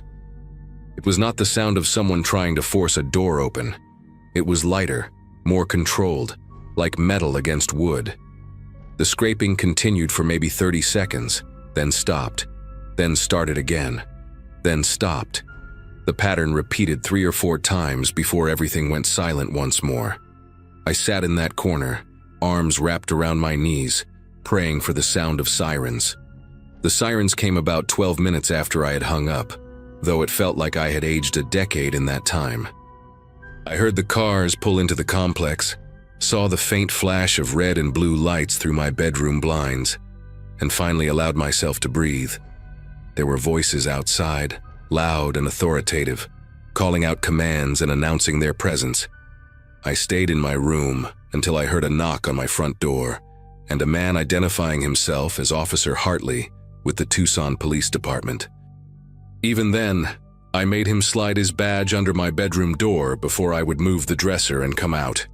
He was a tall man in his 50s, with a gray mustache and kind eyes that immediately made me feel safer. His partner, a younger woman named Reeves, was outside examining the perimeter of my townhouse with a flashlight. Officer Hartley sat me down on my couch and asked me to walk him through everything that had happened, and I told him all of it. The lights going out, the shadow at my window, the handle turning in rhythm with the passing cars, the breathing on the phone line.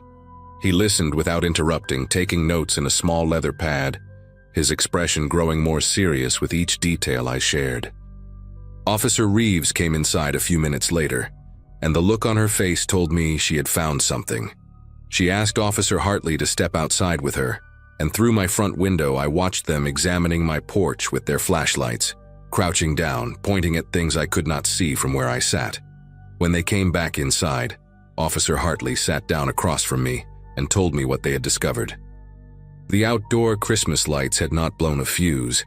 Someone had deliberately unscrewed the bulbs, carefully enough that none of them were broken, just loosened in their sockets so they would not turn on.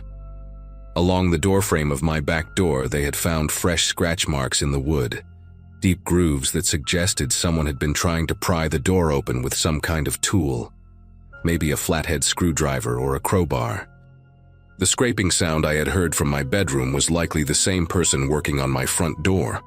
Officer Reeves said the marks were methodical, not frantic, which indicated someone who knew what they were doing and was taking their time. They asked me if I had any enemies, any ex-partners who might want to harm me, anyone who had been bothering me recently. I thought of my ex-husband immediately, but he had moved to Chicago 8 months ago and had no reason to come back. The officers stayed with me for over an hour, taking photographs of the damage, dusting for fingerprints and canvassing the empty units nearby for any sign of the intruder. They found footprints in the soft dirt behind my backyard fence, size 11 work boots based on the tread pattern, leading out into the desert scrubland and disappearing about 50 yards from my property.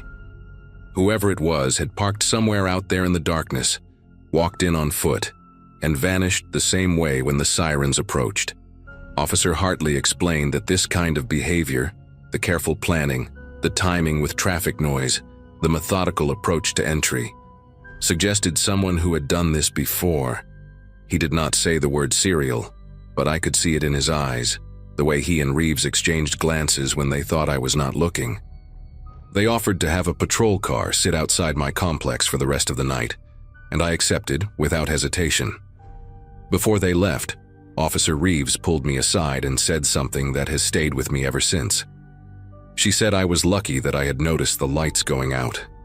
Lucky that I had looked through the blinds at that exact moment. Lucky that I had called when I did. She said most people in my situation would have just gone to check the fuse box outside, would have walked right out their front door into the darkness without a second thought. The implication was clear. If I had done that, I might not be standing here talking to her. I did not sleep that night, or the next night, or the one after that. I stayed with Denise from work for the rest of the holiday week, too terrified to set foot in my townhouse alone.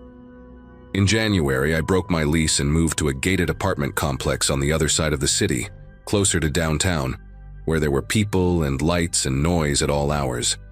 The police never caught whoever was outside my home that Christmas Eve. They found a partial fingerprint on one of the loosened light bulbs, but it did not match anyone in their database.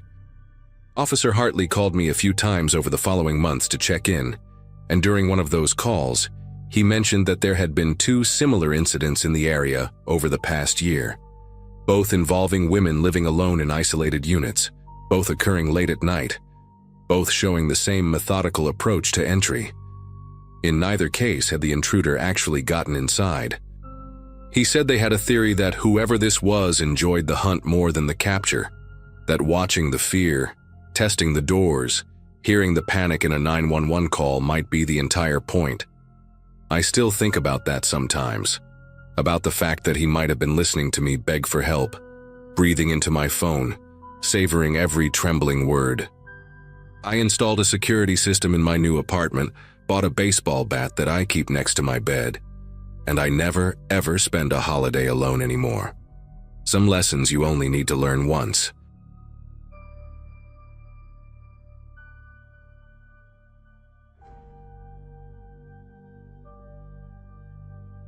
Crowds were still spilling out of the park when I finally found a quieter corner to breathe. My friends had already peeled off with their partners, and I just wanted to get home and get my shoes off.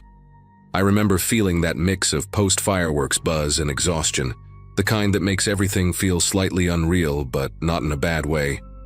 I opened my rideshare app, saw the wait time, and leaned against a metal barricade that someone had half crushed earlier in the night. The air still smelled like burnt powder and kettle corn, and people were laughing, stumbling, calling out to each other as they tried to reconnect in the chaos. I was sober, just tired, and trying to shake off the leftover adrenaline from the fireworks. My driver's car was listed as a charcoal sedan, pretty common, so I kept checking the little GPS dot, creeping closer. A few minutes passed before a charcoal sedan rolled up to the curb with its window halfway down. The driver leaned over and called my name, calmly, like he'd said it 1,000 times. That threw me off more than anything, because I hadn't even seen him clearly yet. He had a baseball cap pulled low, and the streetlights were doing that annoying strobe effect as people walked in front of us, blocking the glow every few seconds. I glanced at the car, same color, same make, and for a second I almost opened the door, but something nudged me to double-check the plate. It was close, incredibly close, but the last digit wasn't right. One number off. Not a typo off, like a completely different digit. I asked him about it, trying to keep my voice casual. His reaction snapped something inside me. Instead of just correcting me or explaining, he sighed loudly and waved me toward the door like I was being dramatic. He muttered something about the street being a disaster and how he couldn't sit here all night, and his tone carried this irritated edge that felt too personal for someone I'd never met. People were squeezing past us, brushing against my shoulders, and the noise around me felt heavier suddenly. Not louder, just harder to filter. I took one step back, then another, and his expression shifted in this way I can only describe as annoyed that I wasn't cooperating with whatever script he thought I was following. He tapped the door impatiently and told me to get in unless I wanted to be stuck there another hour. Before I could even answer, another charcoal sedan rolled up behind him and idled. This driver rolled his window down and called my name too, but his voice matched the one on the app's profile clip. He held up his phone, screen glowing with my ride details. The first driver looked into his mirror, then shot me this sharp look, like I'd inconvenienced him on purpose. Without another word, he jerked the wheel and sped off, headlights off, slipping through the crowd in a way no sober person would ever attempt. A couple walking nearby jumped out of the way, shouting after him, but he didn't slow down. He just disappeared into the mess of brake lights and drifting smoke like he'd practiced that exit 100 times. I got into the real car, still trying to process how close I'd come to stepping into the wrong one. My actual driver, a guy named Marcus, kept glancing at me in the mirror with this concerned look, the kind you give someone who's clearly rattled but trying not to make a scene. He asked if everything was all right, and I told him what happened in a short, jumbled version. The moment I mentioned the missing digit on the plate, he tightened his grip on the steering wheel. He said other passengers earlier in the night had mentioned cars lingering near pickup zones, matching descriptions almost perfectly. Same make, same color, sometimes even the same aftermarket decals. Hearing that made my whole body tense up. The streets were choked with people leaving the fireworks, and every minute we crawled forward gave me more space in my head to replay the man's tone, the way he said my name with too much familiarity, like he'd practiced it. By the time we cleared the traffic and merged into quieter blocks, the excitement of the holiday felt like it belonged to a different day entirely. I kept checking the rear window even when I knew logically he wasn't behind us. Marcus tried to lighten the mood by talking about his plans to quit driving after the holiday rush, but even he couldn't hide how uneasy he seemed. At one point he said something that stuck with me. If someone's going through all that trouble to mimic a ride, they're not doing it for anything good. The thought of that made my throat tighten. I rolled down the window a crack to get some cold air, but even the breeze didn't help settle my nerves. Every charcoal sedan we passed made my chest tighten like I was seeing the same car again and again. When we reached my street, Marcus didn't pull away right after dropping me off. He waited until I was through the gate of my building before waving goodbye, something drivers almost never do anymore. Inside my apartment, the silence felt heavier than usual. My neighbors were still out celebrating, so the hallway was empty, and every little creak sounded too sharp. I put on water for tea just to have some noise, but even that didn't stop the jittery feeling running through me. My phone buzzed with a safety notification from the rideshare app, asking if I'd arrived safely. I clicked yes, then hesitated, staring at the little customer support icon. Part of me felt ridiculous reporting something that hadn't technically happened, but the other part kept replaying the man's impatient tone and how quickly he tore off once the real car arrived. Eventually, I hit the report button and typed everything out. I didn't expect much, maybe a generic response. But a few minutes later, my phone rang with a number I didn't recognize. It was a woman from the company's safety team asking if she could ask a few follow-up questions. Her voice was steady, but there was a seriousness underneath it that made me sit down. She confirmed that the car I described didn't match any registered driver in the area. Worse, 2 other riders had called earlier about similar incidents, though in their cases the fake drivers bailed before anyone could confront them. Hearing that made my palms go damp in an instant. The woman gently suggested I contact the police because the behavior matched a pattern they'd been alerted to. I called the non-emergency line because I didn't want to blow things out of proportion. But the moment I described the missing digit on the plate and the way the guy had said my name, the dispatcher's tone sharpened. She transferred me to an officer who asked for every detail I could remember. The cap, the angle he held his arm on the window frame, the way he kept glancing at the sidewalk instead of at me. While I talked, I paced around my living room, stopping every time I realized I didn't actually want to be near the windows. The officer said they had already increased patrols near the event area after multiple women reported drivers acting strangely or circling the same blocks repeatedly. He asked if I could come in the next day to give a formal statement. I agreed, even though I barely slept after hanging up. At the station the following afternoon, the detective I spoke with laid out photos of different sedans, each one circled on maps showing their paths around the event zone. He pointed out patterns I wouldn't have noticed. Cars looping the same alleys, pulling into lots, then backing out immediately, hovering at pickup points with no assigned ride. He didn't say it outright, but I could tell from his expression that my encounter wasn't unusual that night. The fireworks had drawn out tens of thousands of people, and many were tipsy, distracted, or separated from their groups.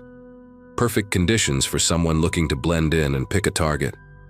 The detective said one woman had actually gotten into a fake car earlier, but managed to jump out at a stoplight when she realized the driver was taking a route that didn't match her app.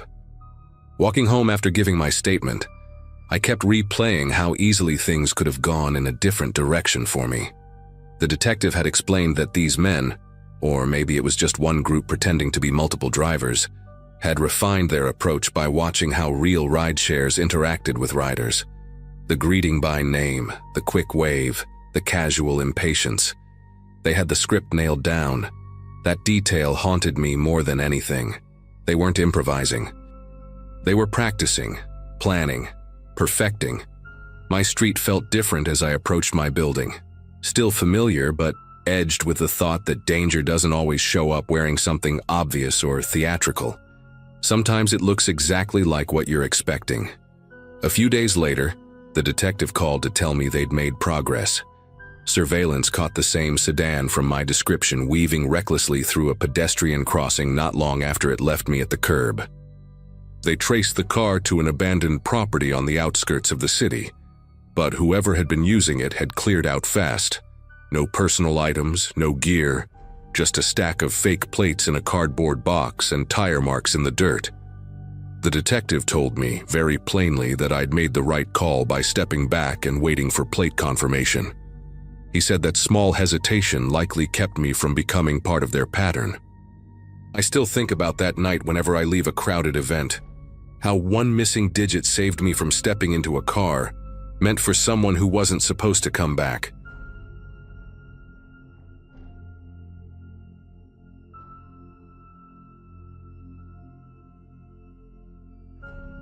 Staying home alone that December felt strange from the start, mostly because the house always felt louder when it was just me.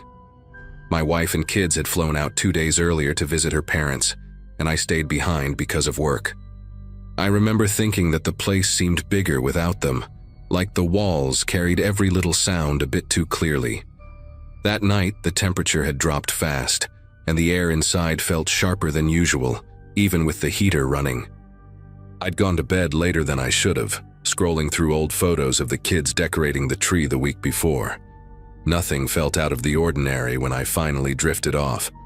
just the usual quiet of a cold night settling in around me. Sometime deep in the night, a noise pulled me out of sleep.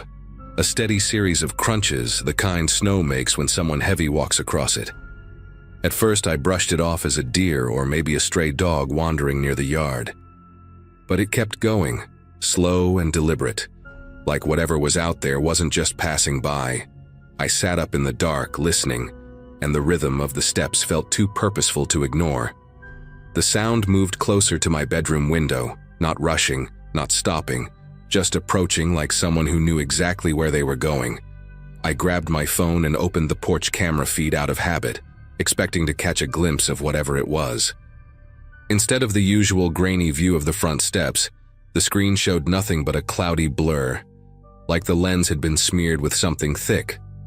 Not fog, not condensation, something that looked dragged across the glass by fingertips. That was the moment my chest tightened in a way I hadn't felt since the night my son wandered out of bed with a fever years ago. I got up quietly and moved through the hallway, every floorboard sounding louder than it ever had. The wind had kicked up outside, brushing frost against the siding, but beneath it I could still make out faint shifts in the snow. I stopped at the top of the stairs, trying to figure out if calling the police right then would help or just waste precious minutes. Then the testing started. A soft push against the kitchen window followed by a faint rattle of the latch. Whoever it was took their time, moving from one ground floor window to the next, as if checking them off a list. I could hear the faint scrape of a gloved hand sliding along the glass before each attempt. The pattern was so methodical it made my mouth go dry. I backed into the hallway, keeping the phone against my ear as I finally dialed 911. Whispering to the operator while trying not to make any noise that might give away where I was. The minutes stretched, each sound downstairs feeling like it was happening right beside me, and all I could do was wait for help while the intruder circled the house like they had all night to spare. The operator assured me officers were on the way, but with the holiday calls stacking up, she couldn't give me a clear estimate. I stayed crouched at the top of the stairs, listening as the intruder reached the sunroom windows. That one had an old metal frame, and the sound of the person pressing against it carried through the entire house. The way they moved made it feel like they'd studied the layout beforehand, lingering longer at the windows that were easier to unlatch, barely tapping the ones I always kept locked tight.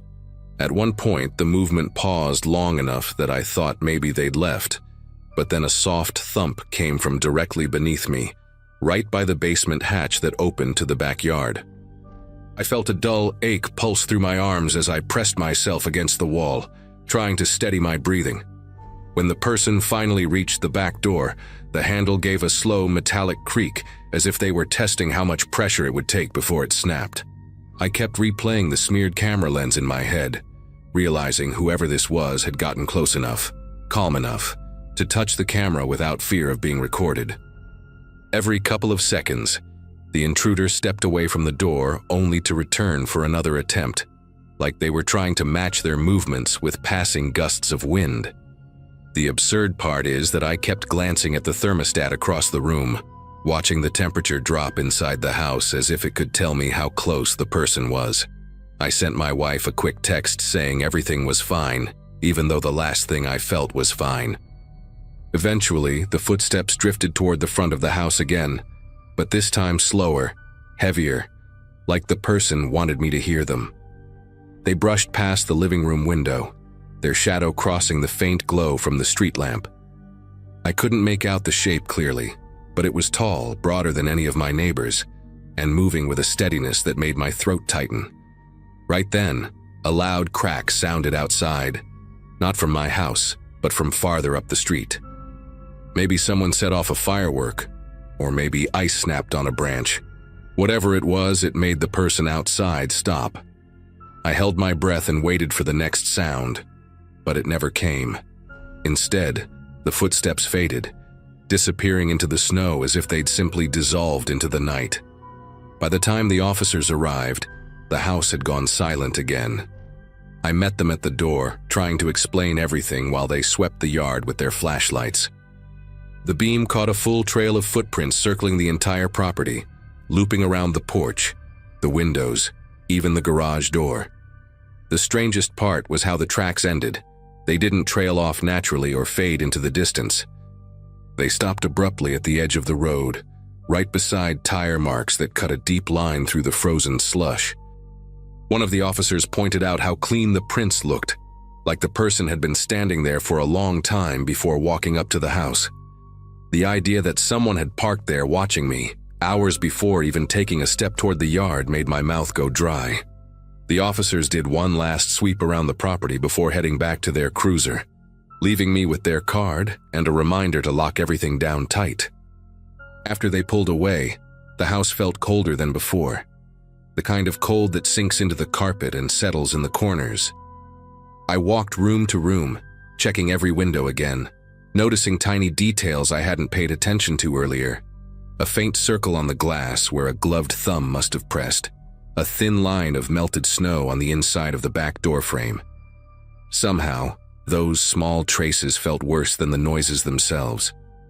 They proved the person was confident enough to get right up against the house without hesitating, like they'd been there before, or at least practiced getting close. Sleeping that night wasn't an option.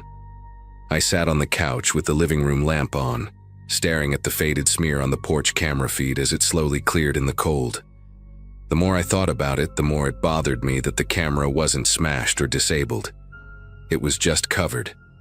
Someone wanted me blinded, but not alerted. I kept imagining a hand reaching toward the lens, palm first, moving slowly enough for the warmth of the skin to leave streaks across the glass. Maybe they wiped it clean on their clothing afterward. Maybe they didn't care if I saw their handprint. Either way, the idea of someone being inches from my face, separated only by a tiny camera, made it impossible to shake the uneasy buzzing beneath my ribs. When the sun finally came up, I stepped outside to take a better look at the footprints before they disappeared under fresh snowfall. The pattern confirmed exactly what the officers had said. The tracks circled the house in one long, looping trail, doubling back at certain windows like the person had returned to them more than once.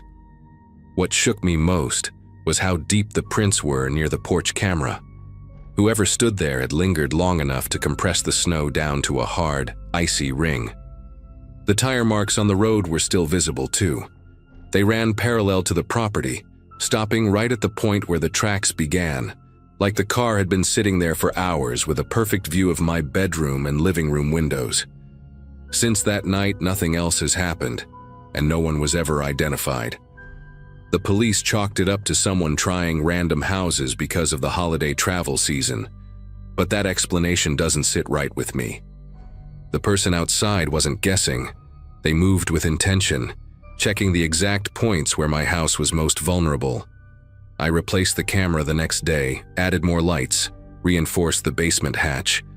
But the thing that sticks with me most is the quiet moment when the footsteps paused directly beneath my bedroom. It felt like they were listening, maybe for me, maybe for movement, maybe for something I'll never understand. The only comfort I've found since then is that they left after that single night, and for reasons I hope never to learn, they didn't decide to come back.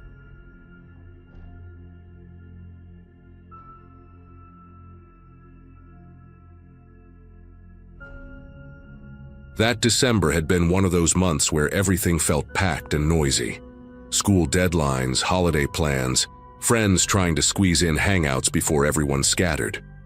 I'd gone to my friend Talia's house that evening to finish a history project and decompress a little.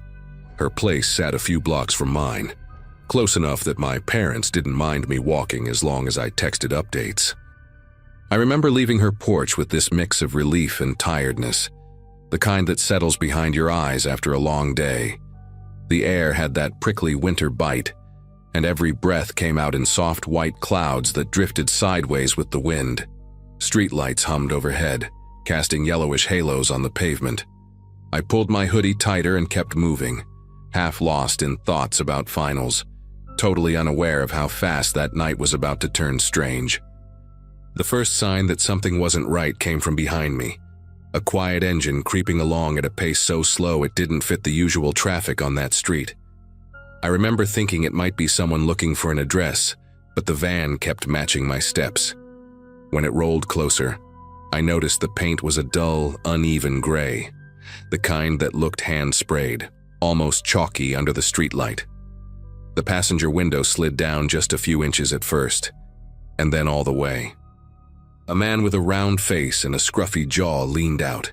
His eyes had this unsettled darting pattern, like he was scanning for something beyond me.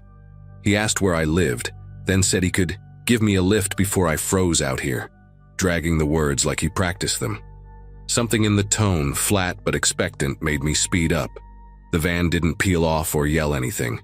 It just slowed even more, as if waiting for me to slip, hesitate, or get close enough to grab. I cut sharply across a yard I knew wasn't fenced, hopped down the other side, and bolted toward a side street that had a row of holiday lights blinking on a balcony.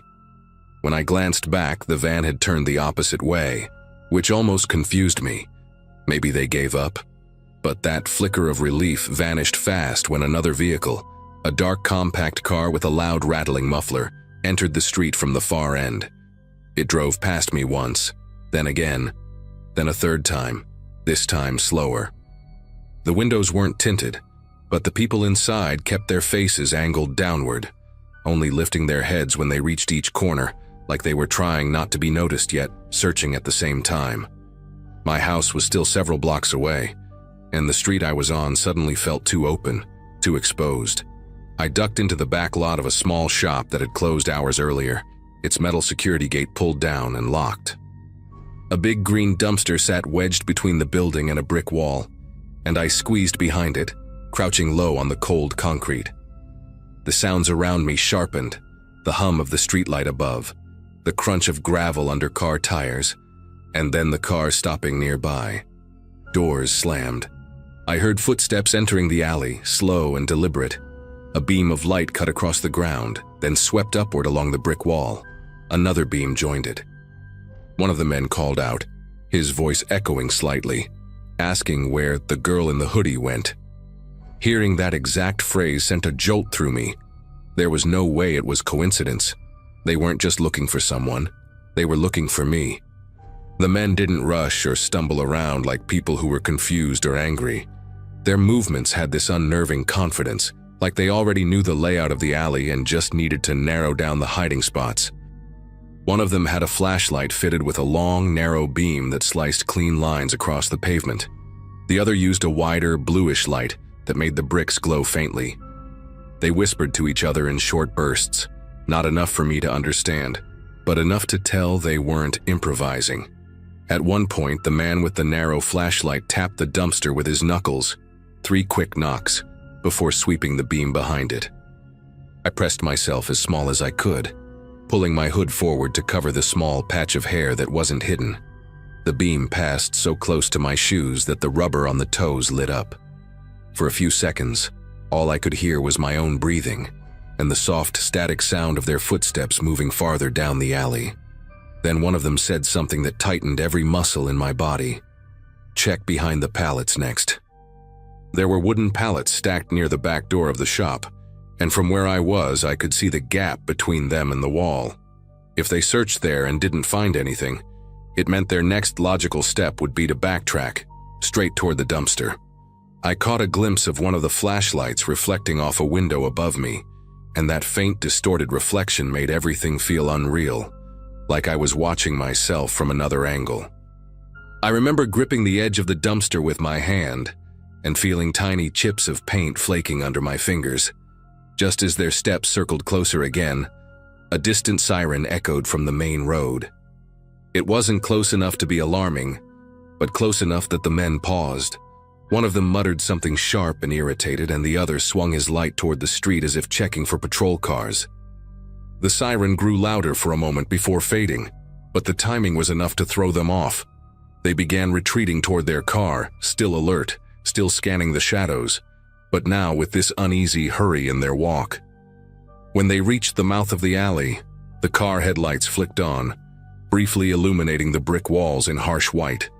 The vehicle rolled slowly down the block, the occupants staring out both sides of the windows one last time before turning the corner. I stayed crouched behind the dumpster much longer than I probably needed to, aware that the cold from the concrete had started creeping through my jeans. My legs kept tensing and relaxing on their own, like my body couldn't decide whether to run or stay frozen in place. When I finally stood up, the world felt too quiet. No cars passing, no people walking dogs, not even the usual wind rattling the loose gutter above the shop. I peeked around the corner of the building toward the street and saw nothing but an empty intersection, the crosswalk light blinking its red hand slowly, over and over. I knew I had only a small window of safety, so I slipped out of the lot and took the back route home, cutting through yards and narrow paths I hadn't walked in years because they were always too dim. That night, they felt like the safest options I had. By the time I reached my street, the cold had settled deep into my clothes, but I barely registered it. What I kept replaying instead was the way the men had used my hoodie as a descriptor, like they'd already been watching before the van even showed up. My house came into view between two leafless trees, their branches stretching across the front yard like thin arms. One window on the second floor glowed faintly. My mom always left a lamp on when she knew I was walking home. That small patch of warm light hit me harder than I expected. I hurried up the porch steps, unlocked the door as quietly as I could, and slipped inside. The house smelled like cinnamon tea and old wood, familiar and grounding, but my nerves were still strung tight enough that every creak felt amplified. I didn't tell my parents right away. Not because I didn't want to, but because something about the whole encounter felt surreal. Like if I started talking too quickly, I'd jumble the details or sound dramatic. I went straight to my room, sat on the edge of my bed, and tried to slow my breathing.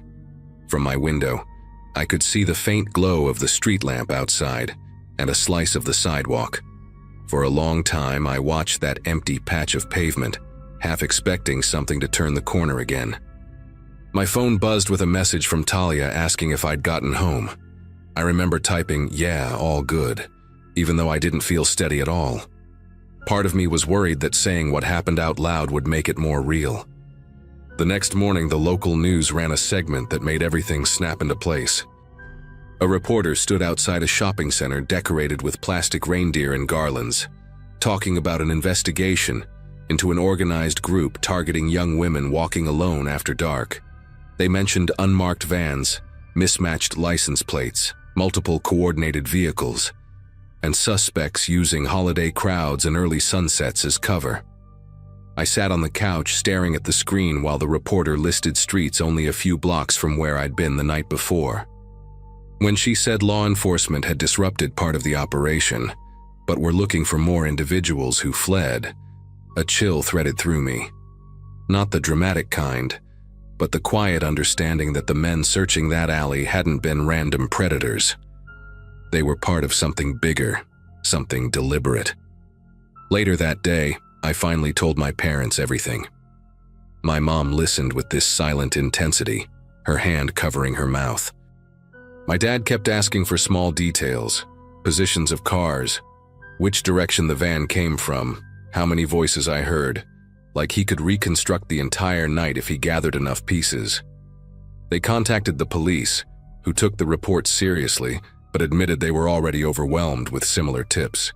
Still, an officer assured us they had patrols circling the area more frequently.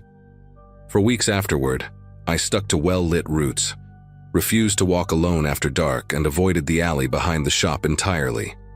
Even now, years later, when I hear a slow vehicle crawling along a quiet street, something in me tightens for a moment before logic catches up. I never learned who those men were or how long they'd been watching the neighborhood, but I know this much. If I hadn't trusted that first flicker of instinct, I might not have made it home at all.